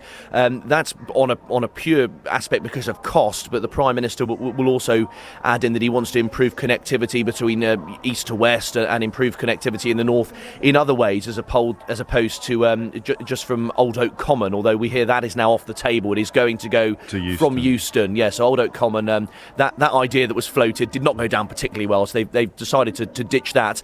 And then except from that, I mean, there were a few rumours that smoking, there could be some there'd be some new legislation with regards to clamping down on smoking and making us essentially a smoke-free country in a few years. Is that a rabbit? Not really. No, what's curious, James, is in previous years you talk with special advisors and they'll give you the line, well, we don't want to preempt the Prime Minister's speech, but this and this. This year, and indeed former Prime Ministers, I think back a couple of years, who were very proud of their speech before they'd even delivered it and would often brief out some of the lines that were going to be key points. Of course. That hasn't happened this year. We honestly, it's pretty thin on the ground in terms of what the Prime Minister will say. We understand it's going to be 8,000 words, 40 minutes, so there should be some substance in there. But in terms of what we in there, I mean, we hear it's going to be very personal. You hear that literally every time a Prime Minister makes a conference speech. We know about Rishi Sunak's backstory and working at the pharmacy with his mum doing. Probably not going to be much on the Goldman Sachs years, I don't imagine, in this personal speech that he's. No, I don't expect that to feature feature heavily. I think in terms of the lighter side, because they often Boris Johnson came out with a sort of Michael Gove. Michael Gove was filmed clubbing famously last year, and he said it's John Bon Jovi. And I think in terms of that humour that Rishi Sunak perhaps doesn't possess, he may well rely on Star Wars references. He often does that because he's a huge Jedi fan. Southampton FC is another one of his loves. Cricket. I suspect any light moments will really focus on those three things. But no rabbits, really. I mean, what about immigration policy? Could he announce, because they've kind of shot their bolt on that, really, with Rwanda and all the rest of it, and the barge. I don't think there's anyone on the barge. No one's gone to Rwanda. I mean, he could throw the dice and go for the hat-trick of really big headline-grabbing immigration policies that never actually happen. But apart from that, I don't know what looks like a rabbit in Manchester this week. I think immigration's the most likely. I was at the launch of the New Conservatives on Monday, which, just to remind you, in case you're lost with the various political factions of the Conservative Party, this is the group run by Danny Kruger and a few other. Well, now hang on a minute, because we couldn't get the clip of him because I think it happened in a fringe meeting. But he's the one that's been talking about a new world government. Well, and it was in that meeting where that word was used. He was also, he was on Andrew Marr's programme yesterday evening as well, warning about sort of global institutions like the World Health Organisation. And it was peculiar, the event. I mean, Tom Hunt, the MP for Ipswich, got a lot of flack for a comment he made about xenophobia as well at that particular meeting. He said that he didn't feel he was in his own country when he walked down the street or something, didn't he? He said, it's not xenophobic for people to walk into their town centre and to I forget the way he phrased it exactly, but essentially they're not racist for going in and not feeling like they're racist for complaining about how many people there are who are a different colour from them. Yes, exactly. Yes, but the New Conservatives, the launch they had was one of their key policies was halving immigration, which actually, when you look at a lot of the factions, considering it was running at 600,000 net last year, it's not completely unachievable. It was around 250,000 a couple of years ago. So I think that's quite headline grabbing in terms of halving immigration. That could be an angle Sunak goes down. And Suella Braverman in her speech yesterday was going on about shutting the hotels that are currently housing asylum seekers. Could Rishi Sunak announce that in the coming days some of those will start to close? Have they made any progress? The bill is absolutely huge, running at £8 million a day or just below that. So I think in terms of red meat, it may well be that. It may be. What about the 5 pledges? I mean, could he do an update on them, do you think? Would that be rhetorically powerful, or would it actually be quite embarrassing for him? Has anyone mentioned the pledges while you've been in Manchester? Yes. Are there big pledge stones up all over the conference centre? No, to be fair, there's no pledge stones. I'm trying to look round and see if there's any. Trick there, mate.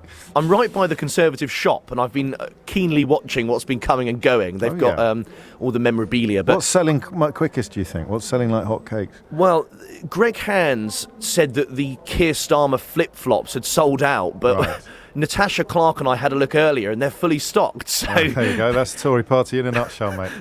They've still got them at $16.99, which it's a very funny joke to have some flip-flops. Crikey, deep pockets or what? So that was incredible. But Greg Hands, the reason I mentioned that, did mention the 5 pledges. I think the Prime Minister will have an argument to say on inflation that it's come down to 6.7%. He could argue he's on his way to 5%, although it does look like that's going to be increasingly challenging. On small boats, Suella Braverman was keen to suggest yesterday that they've gone down by around 25% on this time last year. It's not quite stopping the boats, but I imagine he might cling on to that. And NHS waiting lists, I suspect he might not want to mention that because that's gone up hugely as well since he became Prime Minister. So in terms of the pledges, I think a sprinkling of a few of them might well be mentioned, but perhaps not the whole shebang. Henry Riley, lovely stuff. Still no rabbits, but possibly a couple of hamsters. We shall keep our eyes peeled. What is a mini rabbit? It's not really a hamster, is it? Would it be a gerbil? I don't know. I don't know. I can tell you now that Natasha Clark has come down on the Henry Riley side of the question of what time this is going to start. And listen, I know this is very, very pot kettle, but the current speaker is Johnny Mercer, who does rather enjoy the sound of his own voice. So I think it's now 11:45. 12 noon looks like a likely beginning for the Prime Minister's speech. Although, of course, he speaks more as leader of the Tory party than he does as Prime Minister.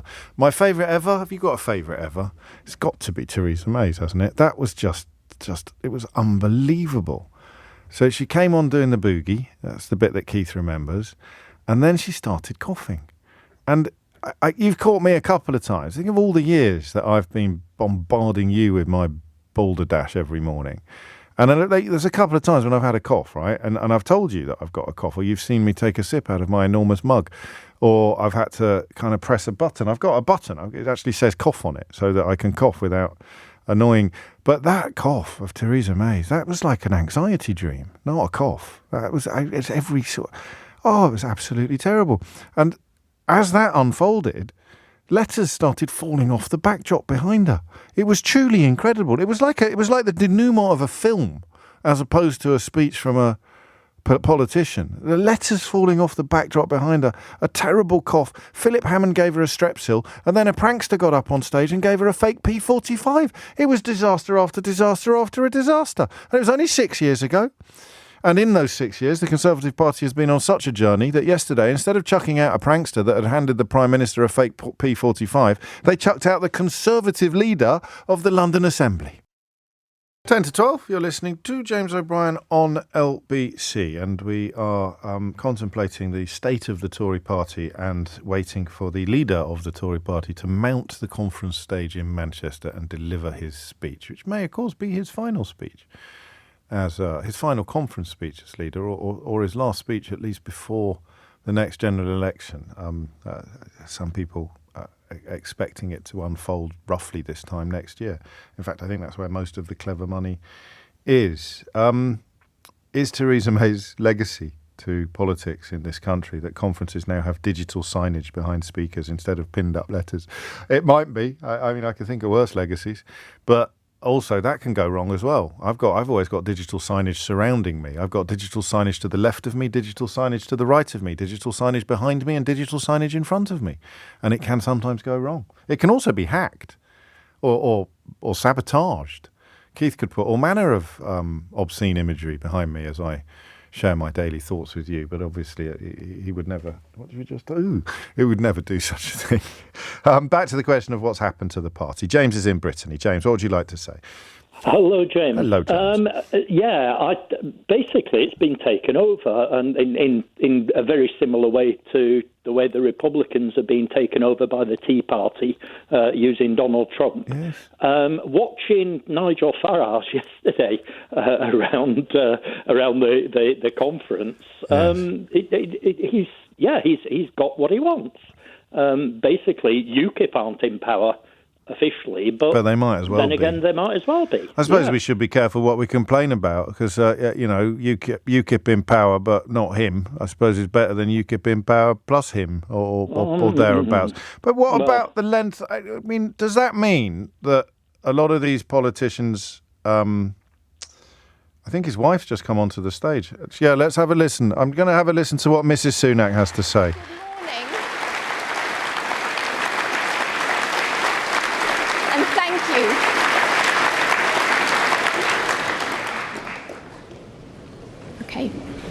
Well, I just got away with good morning. We're almost at good afternoon. But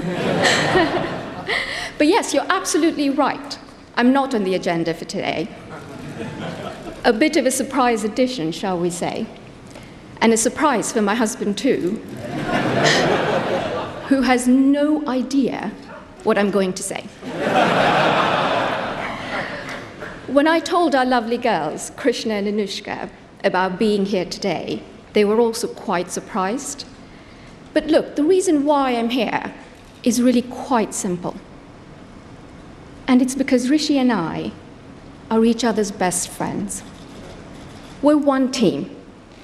And I could not imagine being anywhere else but here today with all of you to show my support to him and to the party.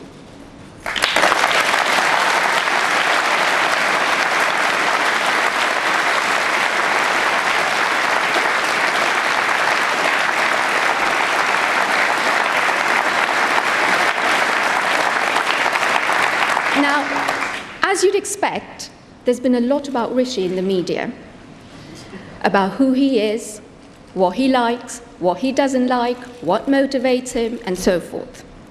Now, some of it is accurate. I'm afraid he does love a good rom-com. The cheesier, the better even. And some of it is not so true. So you'll be relieved to hear that episodes of Emily in Paris are not informing his outlook on the EU. But in all seriousness, though, as we gather here today to look to the future of the UK, I'm so grateful to have this chance to talk to all of you about the man who is leading us there. Now, let me start with one word that sums up my husband, and that is aspiration.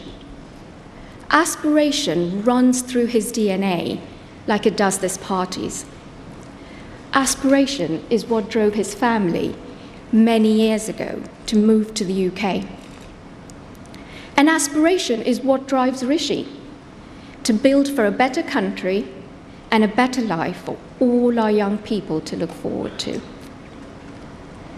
Rishi and I met when we were 24, when we were both studying abroad in America. Right from the very beginning, I was struck by two things about him. No, not his smart suits or his love for hoodies. He actually didn't own either back then. But two much more important things.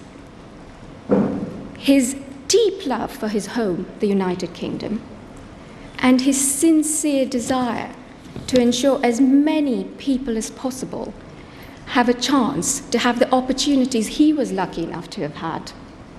It completely energized him. At the time, I wondered if this passion was just youthful optimism.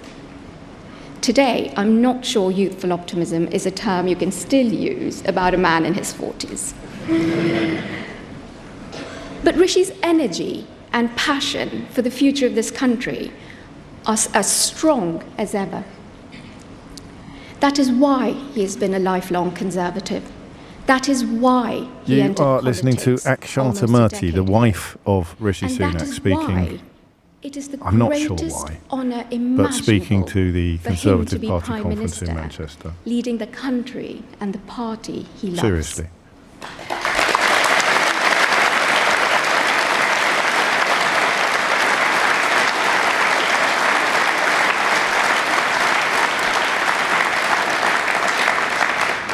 As I said earlier, getting together with Rishi almost 20 years ago was not the easy route. It meant, in our early days together, a complicated, long-distance relationship. But let me tell you, on the other hand, being with Rishi was the easiest decision of my life. He's fun, he's thoughtful, he's compassionate, and he has an incredible zest for life. But what drew me to him most was his strength of character, his honesty, his integrity, with a firm understanding of right from wrong. It's what I'm still drawn to even today, after 14 years of being married. As you may know, Rishi is the son of a GP and a pharmacist. His parents moved to the UK from East Africa with very little, but they built here a life for themselves and for their children. For Rishi's dad, being involved in his patients' lives beyond the doctor's surgery was a big part of how he saw his role. Rishi's mum trained as a pharmacist, and years later, after saving enough to open her own shop, she too went above and beyond the call of duty to build deep-rooted relationships with her customers. It meant Rishi and his younger brother and sister grew up in a household entrenched in their community in Southampton, and they were wholly devoted to it. That love of community grew in Rishi too, from a very young age, as the most natural extension of how he sees home. And that connection with people is the source of his political life. Rishi cares deeply about this party and the values that underpin it. I would like to take this opportunity to thank you all for the support you've already shown him and for the warm welcome you've given our young family. Please know that Rishi is working hard to do the right thing for the country, not just for now, but for the long term, with honesty and with integrity. That is why he has told some hard truths already, and knowing him, he'll continue to do so. He shares your values, and he knows how much you care about the future of the UK, but also about the struggles and the challenges that people are facing today, and the potential we all see. I think in they a better might be tomorrow. about to renew their wedding vows. Not just for a few, but for everyone in our country. Just as with our girls, he wants the next generation to grow up in a country that offers them opportunity and hope, a country that helps them build rock-solid foundations, with a deep respect for hard work and the confidence to fulfill their potential, and a love for community in all its forms. Sometimes, when the going gets tough, I remind Rishi that he's fighting for his values, that he's fighting for this party's values, knowing that it's a hard road ahead, but success is hard won. Rishi, you know this. You know that doing the right thing for the long term, even when it's hard, is the right thing to do. And I hope you also know how proud you make our girls and me every single day.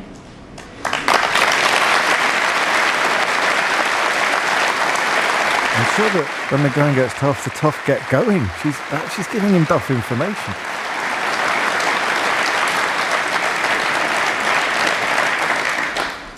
Conference, thank you for letting me gate crash to tell you a little bit more about the Rishi that I know and the Rishi that I hope most people will come to understand. Now, it gives me the greatest pleasure to introduce you to a wonderful, wonderful father, my best friend, and your Prime Minister, Rishi Sunak.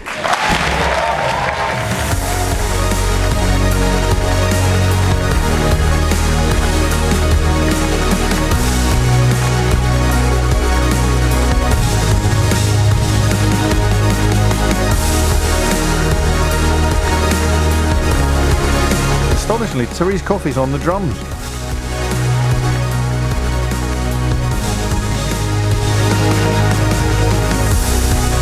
And now we take in its entirety, with no hilarious commentary from me, Rishi Sunak's speech to the Conservative Conference. Thank you. Conference, thank you. Thank you. Thank you, everyone. Thank you. Thank you, Akshata, for that introduction, and thank you for always being there for me, my wife. Truly the best long-term decision for a brighter future I ever made.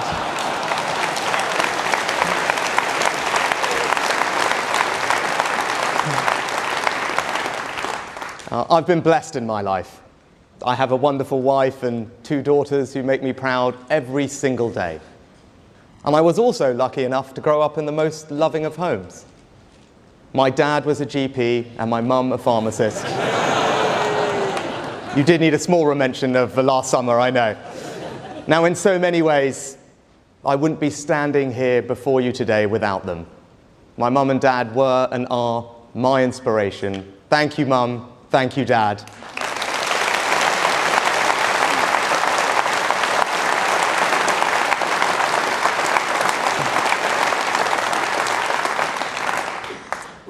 Like so many of us in this hall, they understood the importance of community and made sure that I did too. They didn't believe community was some extension of government. Rather, they understood community is sustained by individuals, by those who look out for their neighbour, treat others as they would like to be treated. They understood the fundamental importance of service. It was seeing the difference they made to people's lives that made me want to go into politics. Now, my mother set up her own pharmacy. It was a proper family business. We all chipped in. As a teenager, I helped deliver prescriptions and do the books. I learnt there the importance of being able to meet your commitments and make good on your promises.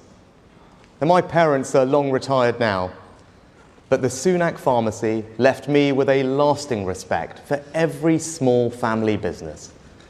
This Conservative Party, the party of the grocer's daughter and the pharmacist's son will always be the party of enterprise, the party of small business.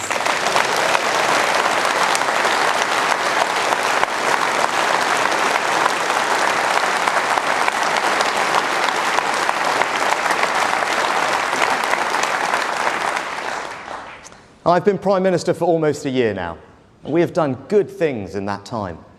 We've made progress on our 5 priorities: to halve inflation, grow the economy, reduce debt, cut waiting lists, and to stop the boats. But today, I want to share with you my reflections on what I have seen and what I have learned doing this job. I have seen up close the quality of our armed forces and our intelligence services, truly the finest in the world.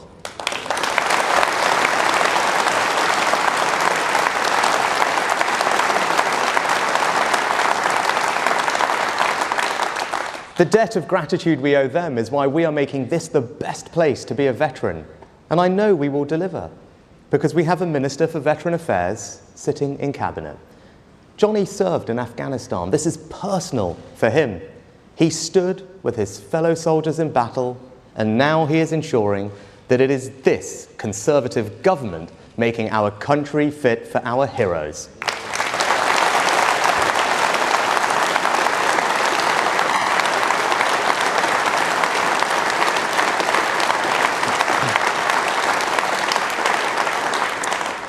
We've backed our military with record investment.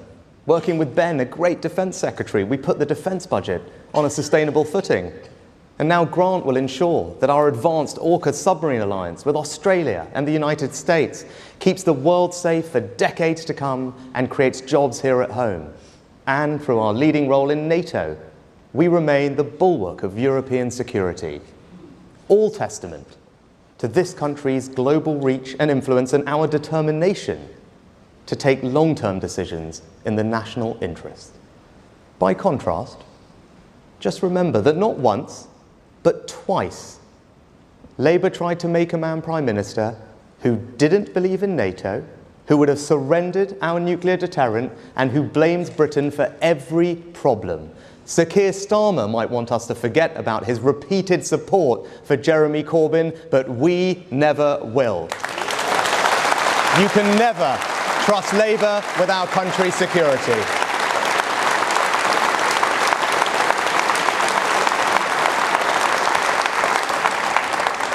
I'm proud to say we've also led the world in providing support to Ukraine. We were the first country to send Western battle tanks to Kyiv. Now more than 10 others have followed. We were the first country to send long-range weapons to Kyiv. Now France and the United States have followed. We were the first country to agree to train Ukrainian pilots. Now more than a dozen others have followed. I say this to our allies. If we give President Zelensky the tools, the Ukrainians will finish the job. Slava Ukraini!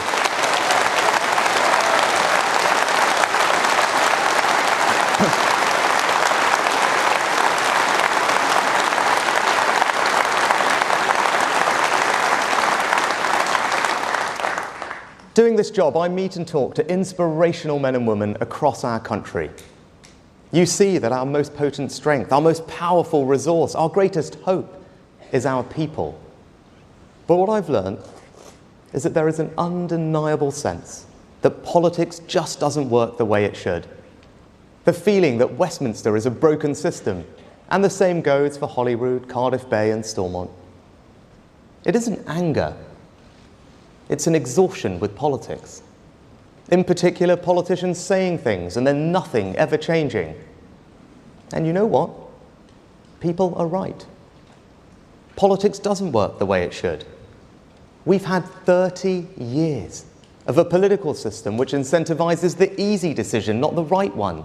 30 years of vested interests standing in the way of change. 30 years of rhetorical ambition which achieves little more than a short-term headline. And why? Because our political system is too focused on short-term advantage, not long-term success. Politicians spent more time campaigning for change than actually delivering it. It doesn't have to be this way. I won't be this way. Conference, our mission is to fundamentally change our country.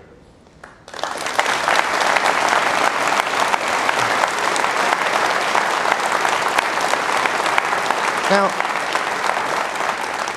the Labour Party have set out their stall to do and say as little as possible and hopes no one notices. They want to take people's votes for granted and keep doing politics the same old way. It's a bet on people's apathy. It doesn't speak to any higher purpose or brighter future. It is about power for the sake of power. It is, in short, everything that is wrong with our politics. So if this country is to change, then it can only be us who will deliver it. Because if we do not, our growth will be stunted. More places will be left behind, and ever more of our time will be spent debating the side issues and symptoms rather than the deeper, more structural challenges we face. We won't allow this to happen. So where a consensus is false, we will challenge it. Where a vested interest is placing itself above the needs of the people, we will stop it. And where common sense is under attack from an organised assault, we will defend it.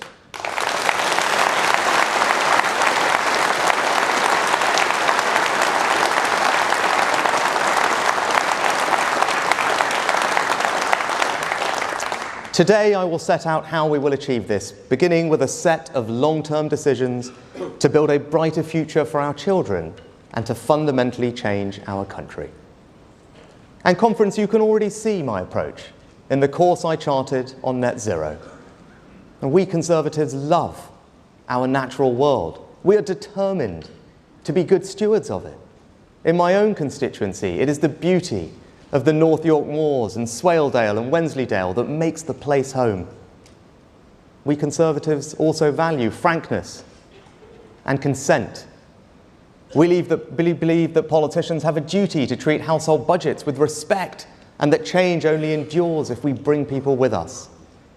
As you could tell by the reaction to my decision to chart a new course to net zero, it was not the easiest argument to have.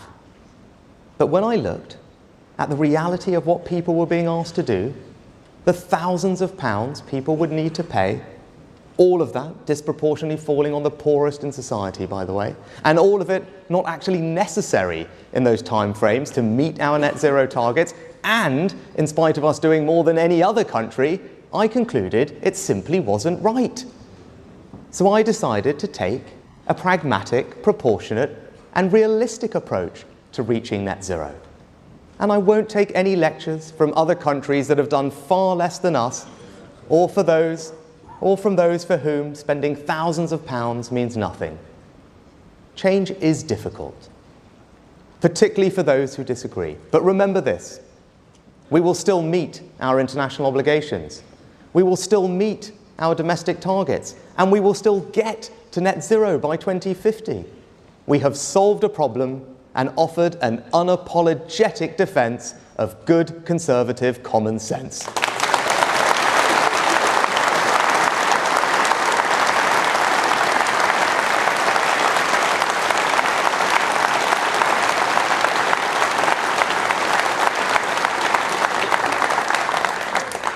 So as much to the country, I make this promise to all of you in this hall.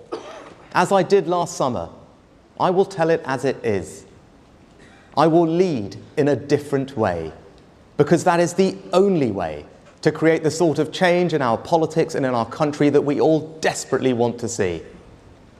Now, I came into office in difficult circumstances, and I don't want to waste time debating the past, because what matters is the future. The facts are the facts. You can't borrow your way out of inflation. And if we want fundamental change in our country, we need a strong economy as a foundation.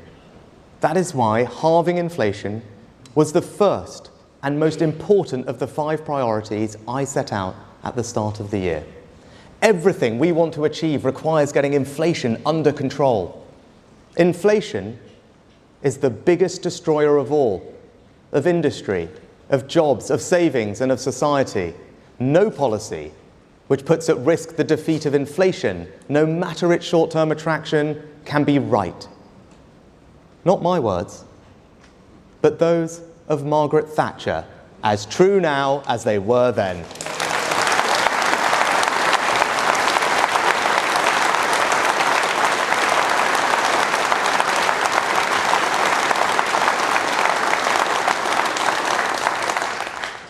I know you want tax cuts. I want them too, and we will deliver them. But the best tax cut we can give people right now is to halve inflation and ease the cost of living.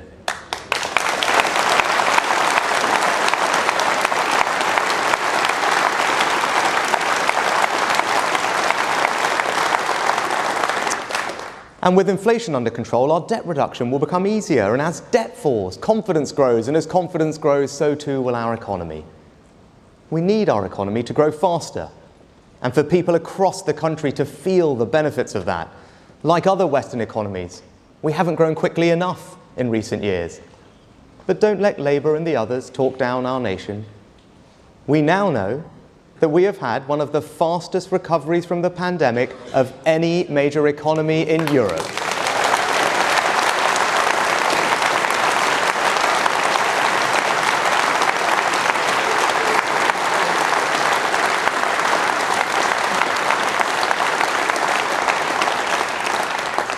Since leaving the single market, we've grown faster than France and Germany, not despite Brexit, because of Brexit.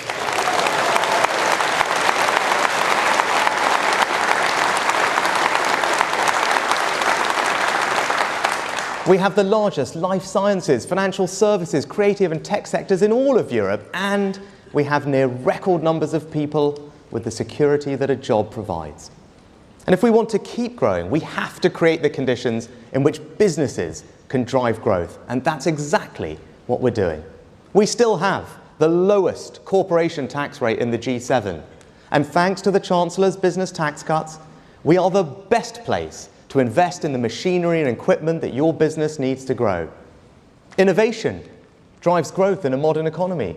So we also have the most generous tax regime for research and development in the G7.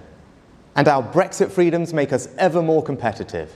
From financial services to clinical trials to agriculture, we are creating a more agile regulatory system, freeing up businesses to drive the growth our country needs.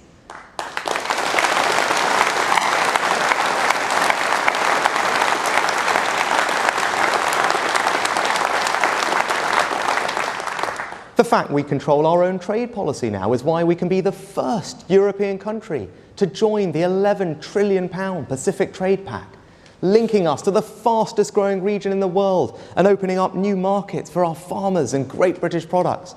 We have new free ports, from the Firth of Forth to the Solent, ensuring the benefits of trade and investment are spread across our country.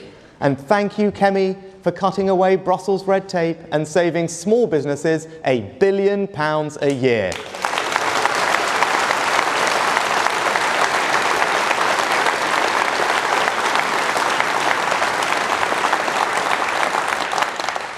Brexit was more than a vote to leave the EU. It was a vote to change, to become something more. It was a statement of our belief that Britain could begin a new story, one which reached all parts of our country and everyone in it. We must keep making the case for taking back control, because if we don't, our opponents will try and neuter this change, to align us with the European Union so that we never seize the full opportunities of Brexit. Now, we know where Keir Starmer's heart lies on this issue, and we know he can't be trusted on it either. First, he said he'd respect the referendum result. Then, he wanted a second referendum. Then, he wanted free movement. Then, he didn't. He said he wouldn't try and renegotiate our deal. Then, he said he would. And then just 2 weeks ago, he was caught on camera telling a meeting of international politicians that he now just wants to follow all the EU rules. The irony isn't lost on me. While we're busy thinking about the future of the United Kingdom, Keir Starmer's just banging on about Europe.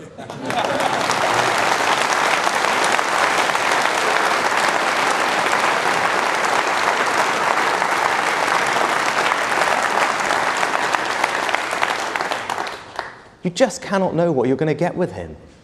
The only thing that is certain is that it won't be what he's promising you. But the worst thing about Sir Keir is that he just says whatever he thinks will benefit him the most. Doesn't matter whether he can deliver it. Doesn't matter if it's true. It doesn't matter if he said the opposite just a few weeks or months ago. He is the walking definition of the 30-year political status quo I am here to end. That is why we have to beat him, and conference, that is why we will.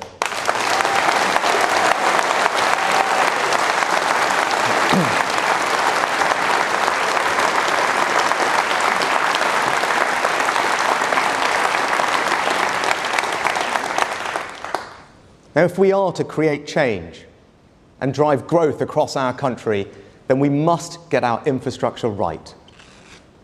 A false consensus has taken root that all that matters are links between our big conurbations. This consensus said that our national economic regeneration should be driven by cities at the exclusion of everywhere else.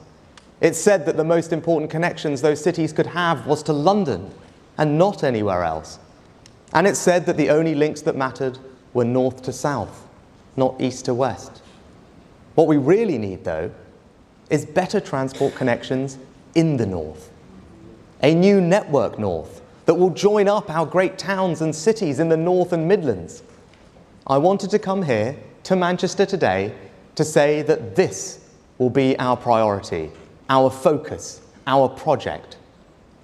HS2 is the ultimate example of the old consensus. The result is a project whose costs have more than doubled, which has been repeatedly delayed, and it is not scheduled to reach here in Manchester for almost 2 decades, and for which the economic case has massively been weakened with the changes to business travel post-COVID. I say to those who backed the project in the first place, the facts have changed. And the right thing to do when the facts change is to have the courage to change direction.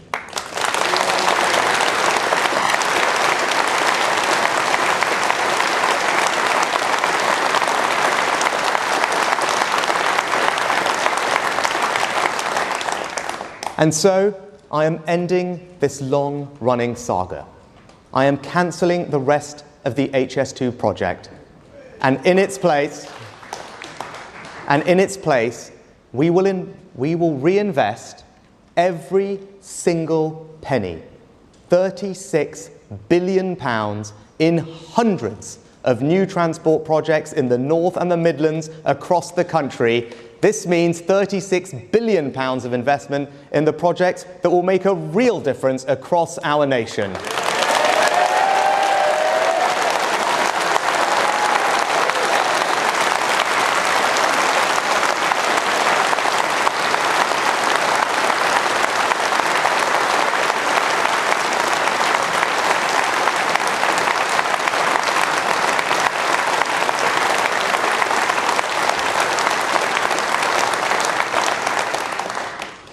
As a result of the decision we are taking today, every region outside of London will receive the same or more government investment than they would have done under HS2, with quicker results.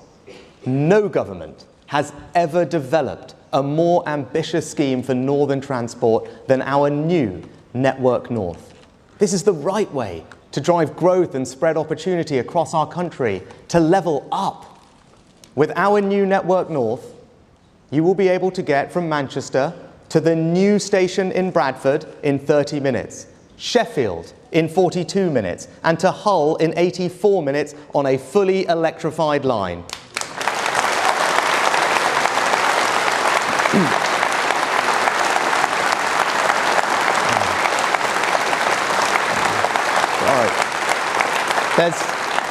Don't worry, there's more. We'll protect the £12 billion to link up Manchester and Liverpool as planned, and we'll engage with local leaders on how best to deliver that scheme. We'll build the Midlands Rail Hub, connecting 50 different stations. We'll help Andy Street extend the West Midlands Metro. We'll build the Leeds Tram. We'll electrify the North Wales Main Line, upgrade the A1, the A2, the A5, the M6. will connect.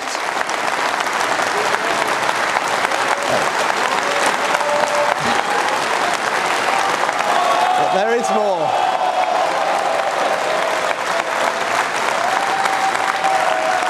There's lots more. We'll connect our union with the A75, boosting links between Scotland and Northern Ireland. We will fund the Shipley bypass, the Blythe Relief Road, and deliver 70 other road schemes. We will resurface roads across the country. We'll bring back the Don Valley line. We will upgrade the energy coastline between Carlisle, Workington and Barrow. Build hundreds of other schemes and keep the £2 bus fare across the whole country.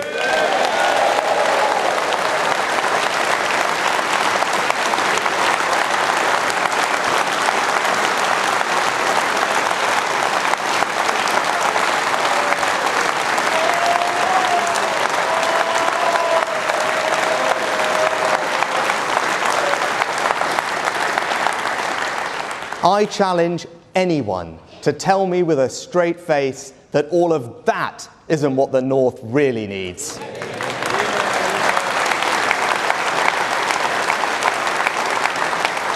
Our plan will drive far more growth and opportunity here in the North than a faster train to London ever would.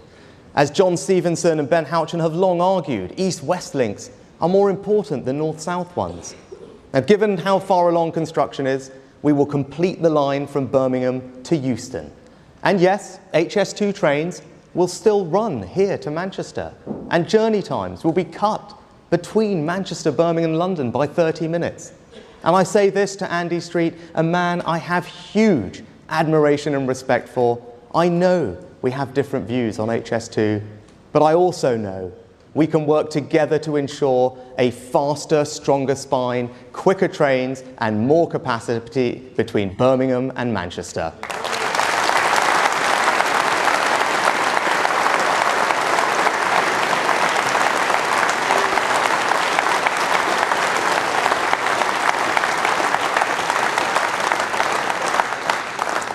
The management of HS2 will no longer be responsible for the Euston site. There must be some accountability for the mistakes made, for the mismanagement of this project.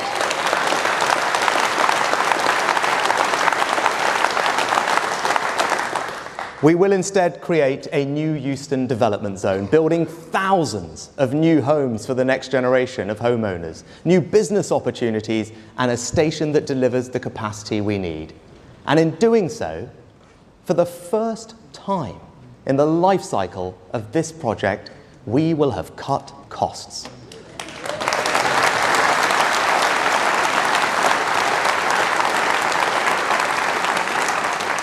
The £6.5 billion of savings that Mark and I are making will be taken from the Euston site and given to the rest of the country.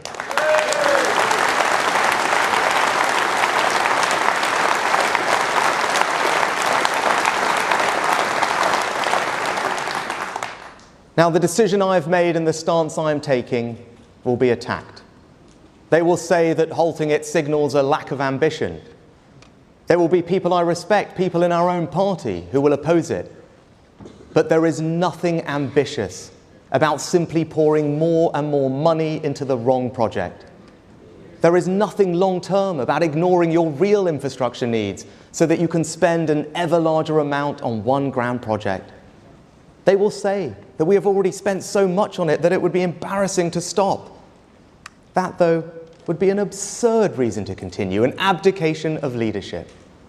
They will say that there is somehow a cross-party consensus on the project. As I have already said, that consensus is wrong. For too long, people in Westminster have invested in the transport they want, not the transport the rest of the country, particularly the North and the Midlands, wants and needs.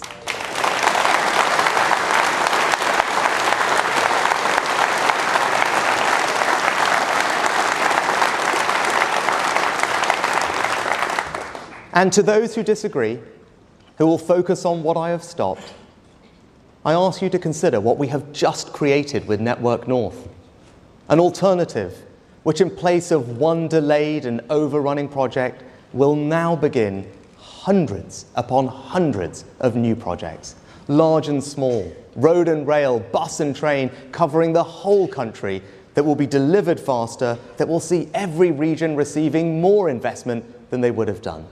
You can't have both. So those who wish to disagree with me, I respect that. But they should have the honesty to admit that they would now be cancelling the hundreds of alternative projects right across the country that people will benefit from instead. Conference, I think our plan is simply a better long-term investment of £36 billion of taxpayers' money.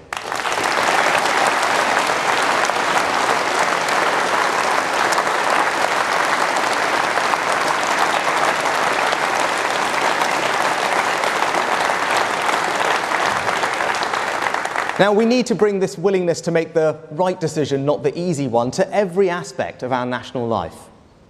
The NHS is important to us all. It is the birthright of every person in this country. It was the NHS and social care staff who worked night and day to get us through the pandemic. Now, our commitment to the principle of an NHS free at the point of use is immovable. And this Conservative government is putting record resources into our NHS and social care too. But we Conservatives know that you don't measure your affection for the NHS just by how much money you put in, but how you reform it for the challenges ahead. I know that right now waiting lists are patients' most pressing concern. Just as in Scotland and Wales, they have risen because of the pandemic.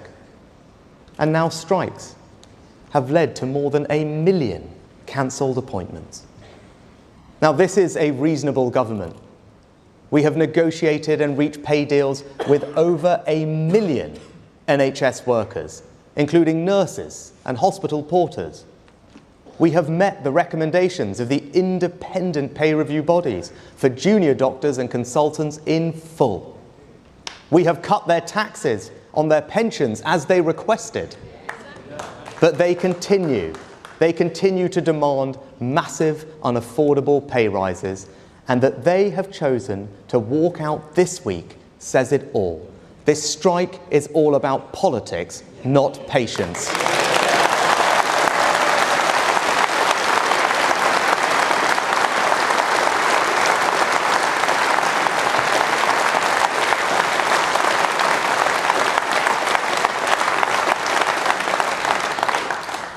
These strikes are not in the spirit of the NHS.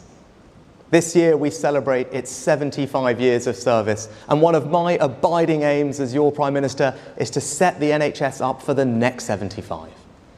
True believers in the promise of the NHS wanted to reflect the world we live in today. That means a higher quality service that offers you, the patient, more choice, allowing you to use any provider, independent or NHS, free of charge if that will get you treated quicker. A common sense reform that this Conservative government has made. Now next, Steve and I want to give the NHS the staff it needs. For decades, we've not trained enough doctors and nurses. The result? The NHS either hiring staff from abroad or paying temporary agency workers huge fees. And we are ending that with the first ever long-term workforce plan for our health service. Let me repeat that. The first ever long-term workforce plan. It says everything about the short-termism of our politics, that for the last 75 years, not a single government has planned for how many doctors and nurses the NHS will need in the decades ahead. Our plan doubles the number of students training to be doctors and nurses, but it is also a reform plan for the NHS, with new ways of training and new roles, new ways of working, all driving up productivity. Now, I know vested interests will oppose some of these measures, but we Conservatives must do the right thing and make the changes that will enable the NHS to work as productively as the best healthcare systems anywhere in the world.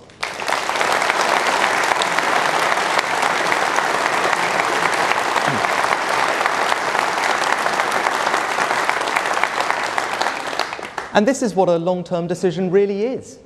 Given it takes up to 15 years to train a consultant, there's no politics in this investment.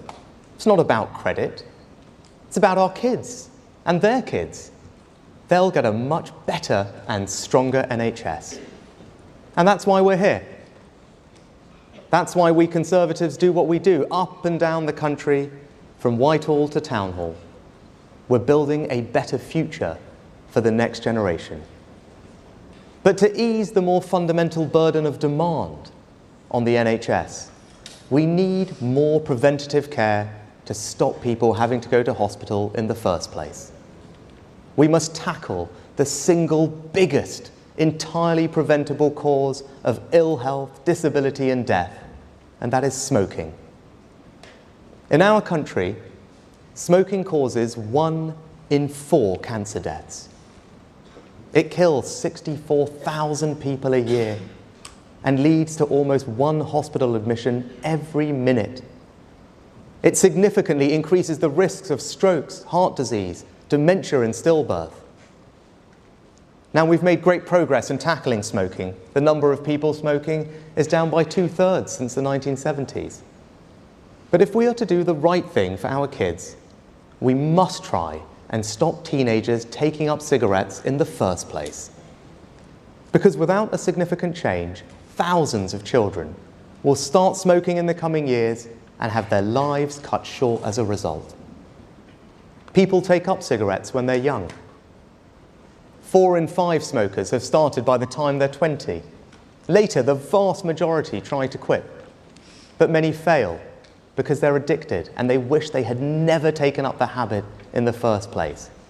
Now, if we could break that cycle, if we could stop the start, then we would be on our way to ending the biggest cause of preventable death and disease in our country. So I propose that in future, we raise the smoking age by 1 year every year. That means a 14-year-old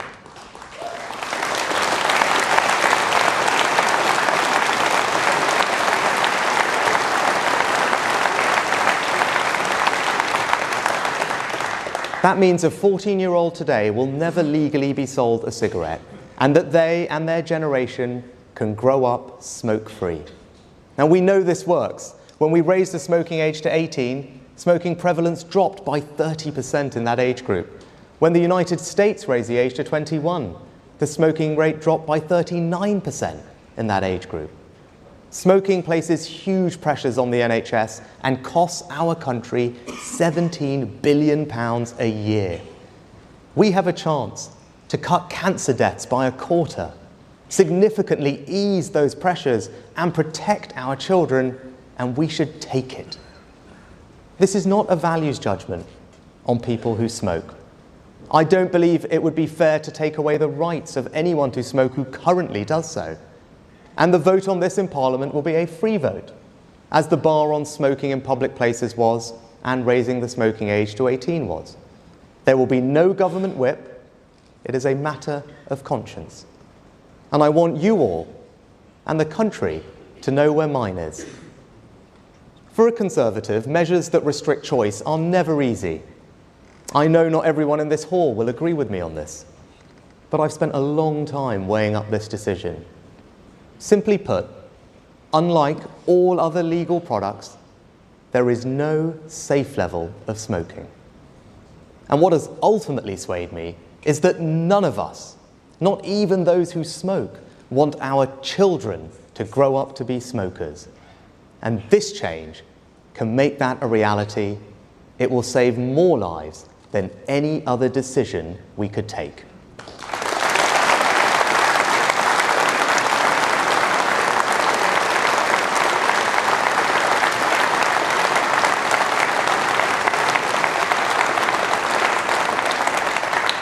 And as any parent or teacher knows, one of the most worrying trends right now is the rise in vaping amongst children. 1 in 5 children have used vapes. We must act before it becomes endemic. So we will also bring forward measures to restrict the availability of vapes to our children. looking at flavours, packaging, displays and disposable vapes. Now, as Prime Minister, I have an obligation to do what I think is the right thing for our country in the long term. And as Conservatives, we have never shirked that responsibility. We have always been at the front of society, leading it. And when we have the tools at our disposal to deal with the biggest cause of preventable illness and death in our country, to cut cancer deaths by a quarter, to significantly reduce long-term pressure on our NHS, and to do for our children what we all in our heart of hearts know is right, we must act, we must lead. Conference, we must put the next generation first, and that is what I will do.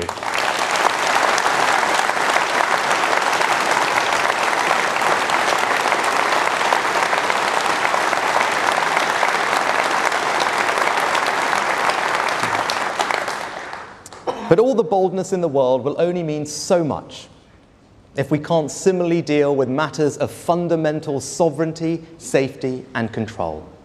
I'm talking, of course, about illegal immigration. It is non-negotiable that you, the British people, decide who comes here and not criminal gangs.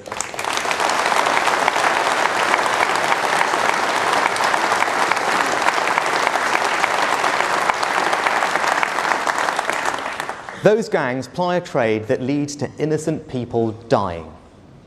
We have a moral duty to defeat this evil, and we will. Now, I've never pretended that stopping the boats will be easy.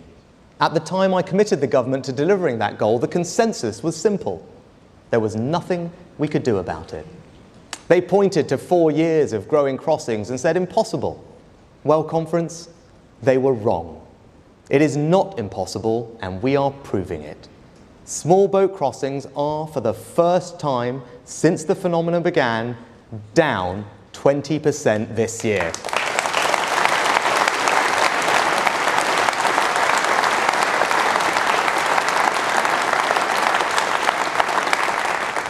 All while entry into Europe is up.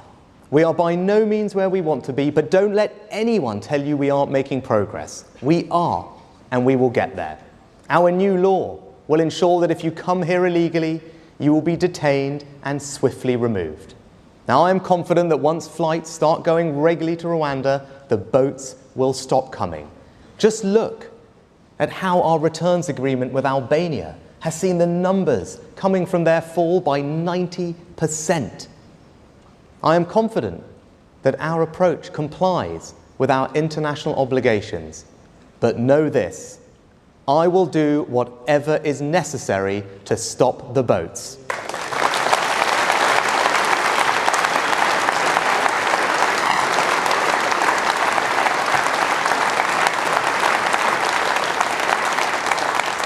Now, by contrast, Labour's plan is to cook up some deal with the EU, which could see us accepting around 100,000 of Europe's asylum seekers. If your answer to illegal migration is to increase it, you clearly just don't get it, and that is why we have to stop them.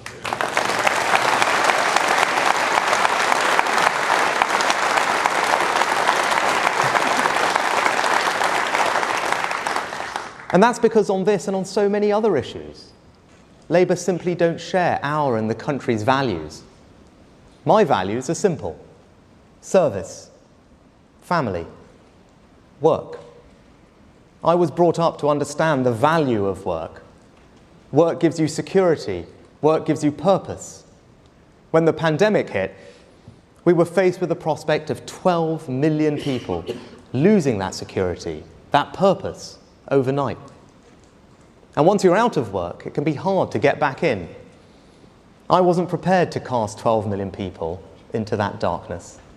I'm proud that furlough not only prevented this, but helped ensure our economy recovered more strongly from the pandemic than France, Germany, and Japan. Never forget the scale of what we did for so many. In 6 weeks, we did something that had never been done before, from scratch.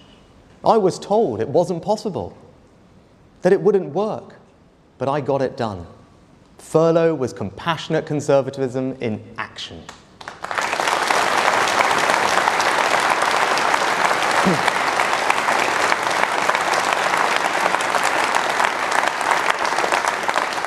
If furlough was one thing that helped us get through COVID, then Ian Duncan Smith's welfare reforms were another. The old system could not have coped with the pressure in the way that his universal credit did. But we have more to do. We must end the national scandal where our benefit system declares that more than 2 million people of working age are incapable of actually doing any. That's not conservative. That's not compassionate. That must change. In 2011, 1 in 5 of those doing a work capability assessment were deemed unfit to work. But the latest figure now stands at 65%. Are people 3 times sicker today than they were a decade ago? No, of course not. It's not good for our economy. It's not fair on taxpayers who have to pick up the bill. And it's a tragedy for those 2 million people being written off. I refuse to accept this, and that is why we are going to change the rules so that those who can work do work.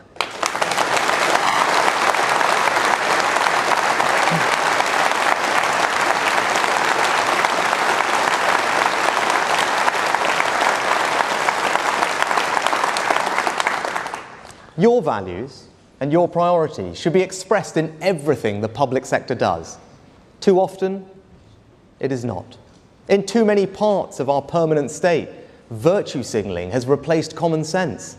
As Suella has said, there is no such thing as a minor crime.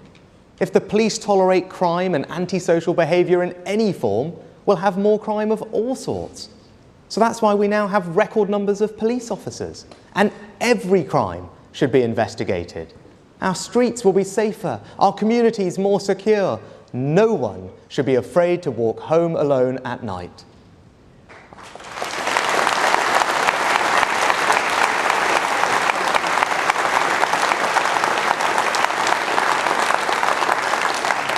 And our London mayoral candidate, Susan Hall, is doing a great job of holding Sadiq Khan to account for his failings on policing. Londoners, you will be safer with Susan.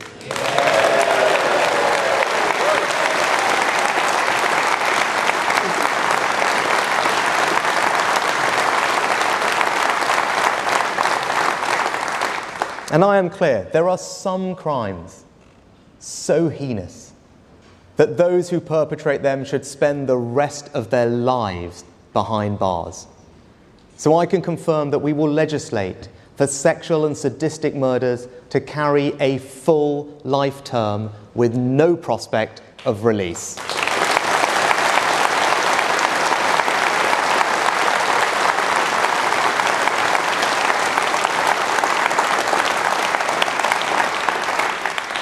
We are going to change this country, and that means life means life. Now, that shouldn't be a controversial position. The vast majority of hard-working people agree with it. And it also shouldn't be controversial for parents to know what their children are being taught in school about relationships. Patients should know when hospitals are talking about men or women. And we shouldn't get bullied.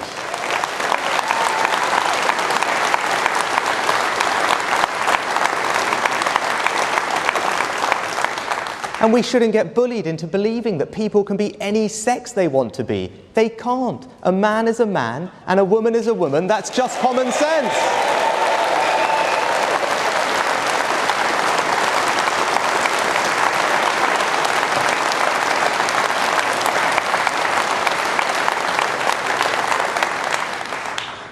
We should also never be afraid to talk about the thing that matters most to most of us: family.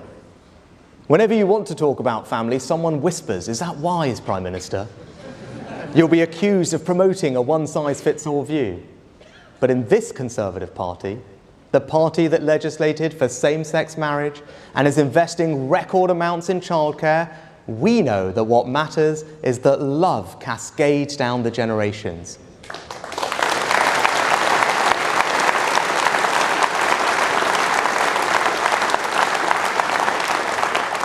It is family that cares for us at the beginning of our life. It is family that helps us learn. It is family that sustains us. And in old age, it is family that lightens the autumn of our days. Family matters, and as proud Conservatives, we should never be afraid to say that.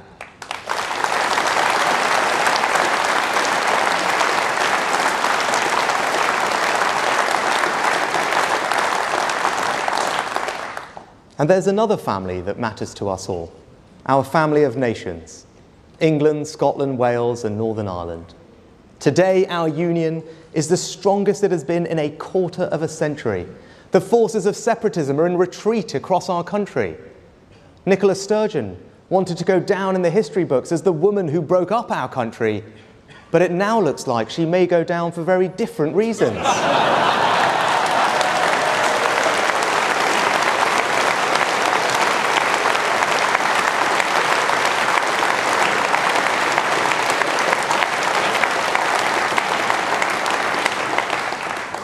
We are a remarkable combination of four nations with a proud history, and that history should give us enormous confidence in our future.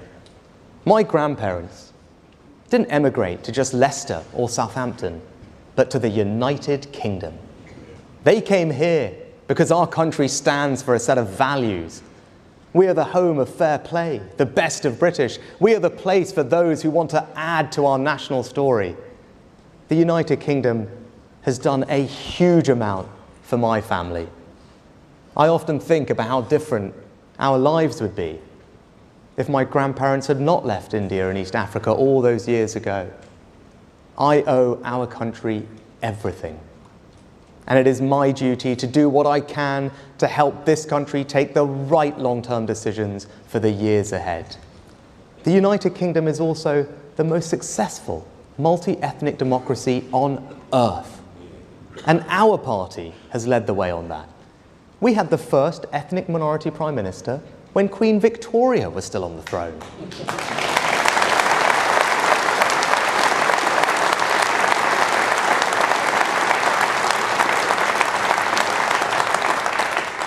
We've had 3 female prime ministers, and I stand before you today as the first non-white leader in our country's history.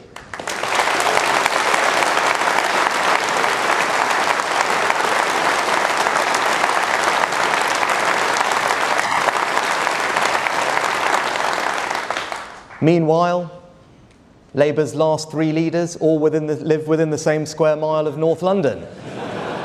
Now, when the Richmond Conservative Association selected me in North Yorkshire, people in other countries couldn't understand it. One American magazine even sent a reporter to Yorkshire to write about how a candidate of the wrong race could cost the Tories one of the safest seats in England.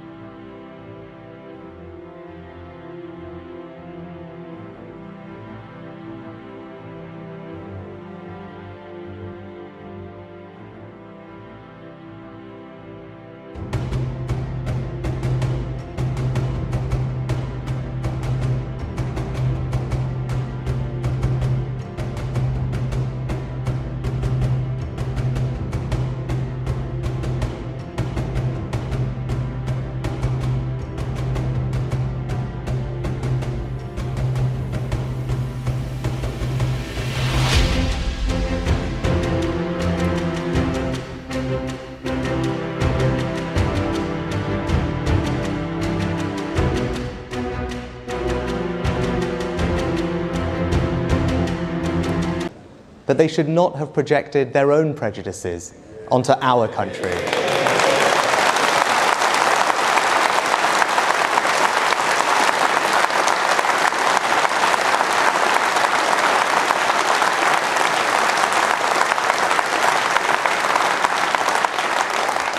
The people of North Yorkshire were not interested in my colour, but my character. Never let anyone tell you that this is a racist country. It is not. My story is a British story. A story about how a family can go from arriving here with little to Downing Street in 3 generations. What does the Conservative Party offer a family of immigrants? The chance to become Energy Secretary, Business Secretary, Home Secretary, Foreign Secretary, even the chance to become Prime Minister.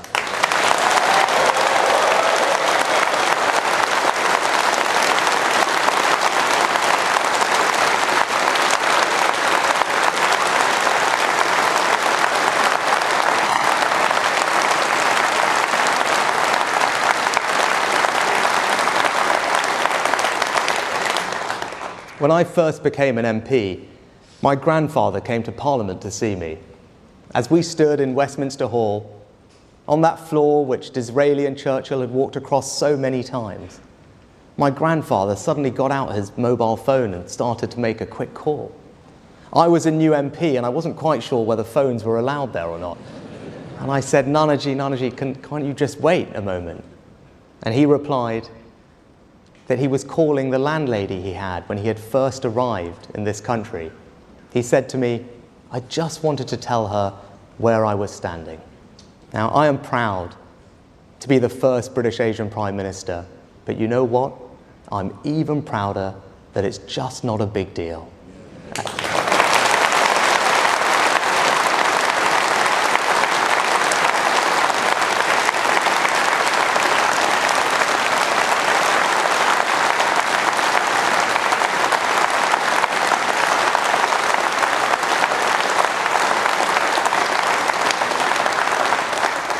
And just remember, it was the Conservative Party that made that happen, not the Labour Party.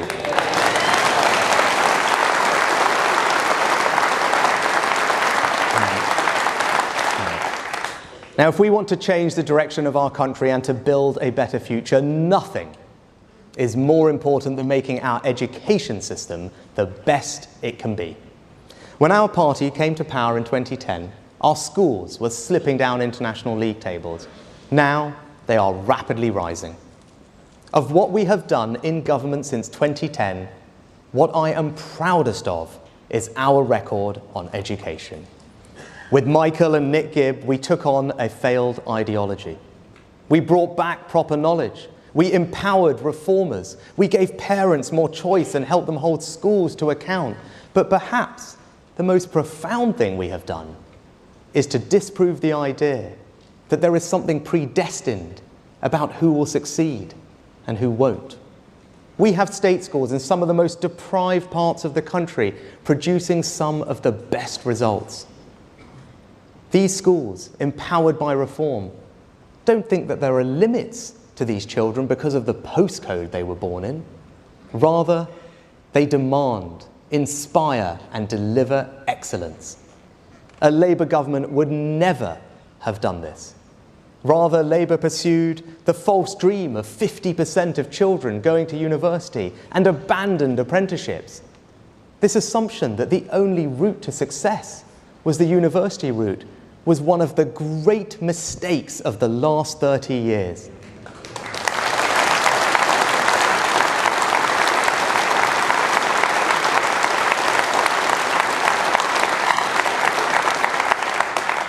It led to thousands of young people being ripped off by degrees that did nothing to increase their employability or earnings potential.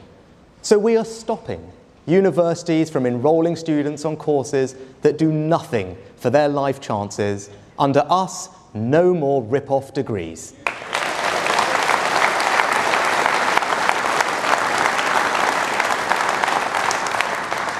And if you want to know how much I value apprenticeships, look at the fact that in Gillian, we have our first ever apprentice to be Education Secretary.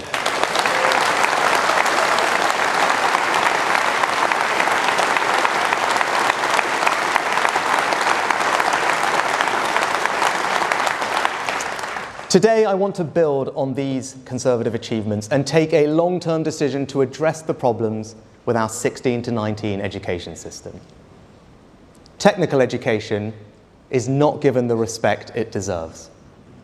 Students don't spend enough time in the classroom. A quarter of our children leave education without the basic literacy and numeracy they need to fulfill their potential. And our students study too narrow a range of subjects. Today, I am changing all of that, pulling one of the biggest levers we have to change the direction of our country. We will introduce the new rigorous, knowledge-rich, advanced British standard, which will bring together A-levels and T-levels into a new single qualification for our school leavers. First, this will finally deliver on the promise of parity of esteem between academic and technical education, because all students will sit the advanced British standard. Second, we will raise the floor, ensuring that our children leave school literate and numerate, because with the advanced British standard, all students will study some form of maths and English to 18 with extra help for those who struggle most. In our country, no child should be left behind.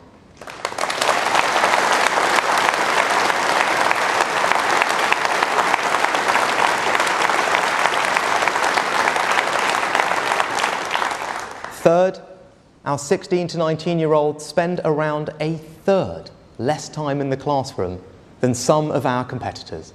We must change this. So with our advanced British standard, students will spend at least 195 hours more with a teacher. And fourth, A-level students generally only do 3 subjects compared to the 7 studied by our economic competitors. The advanced British standard will change that too, with students now typically studying 5 subjects, and thanks to the extra teaching time that we are introducing, the greater breadth, the greater breadth, the greater breadth, the greater breadth, the greater breadth, the greater breadth, the greater breadth, the greater breadth, the greater breadth, the greater breadth, the greater breadth, the greater breadth, the greater breadth, the greater breadth, the greater breadth, the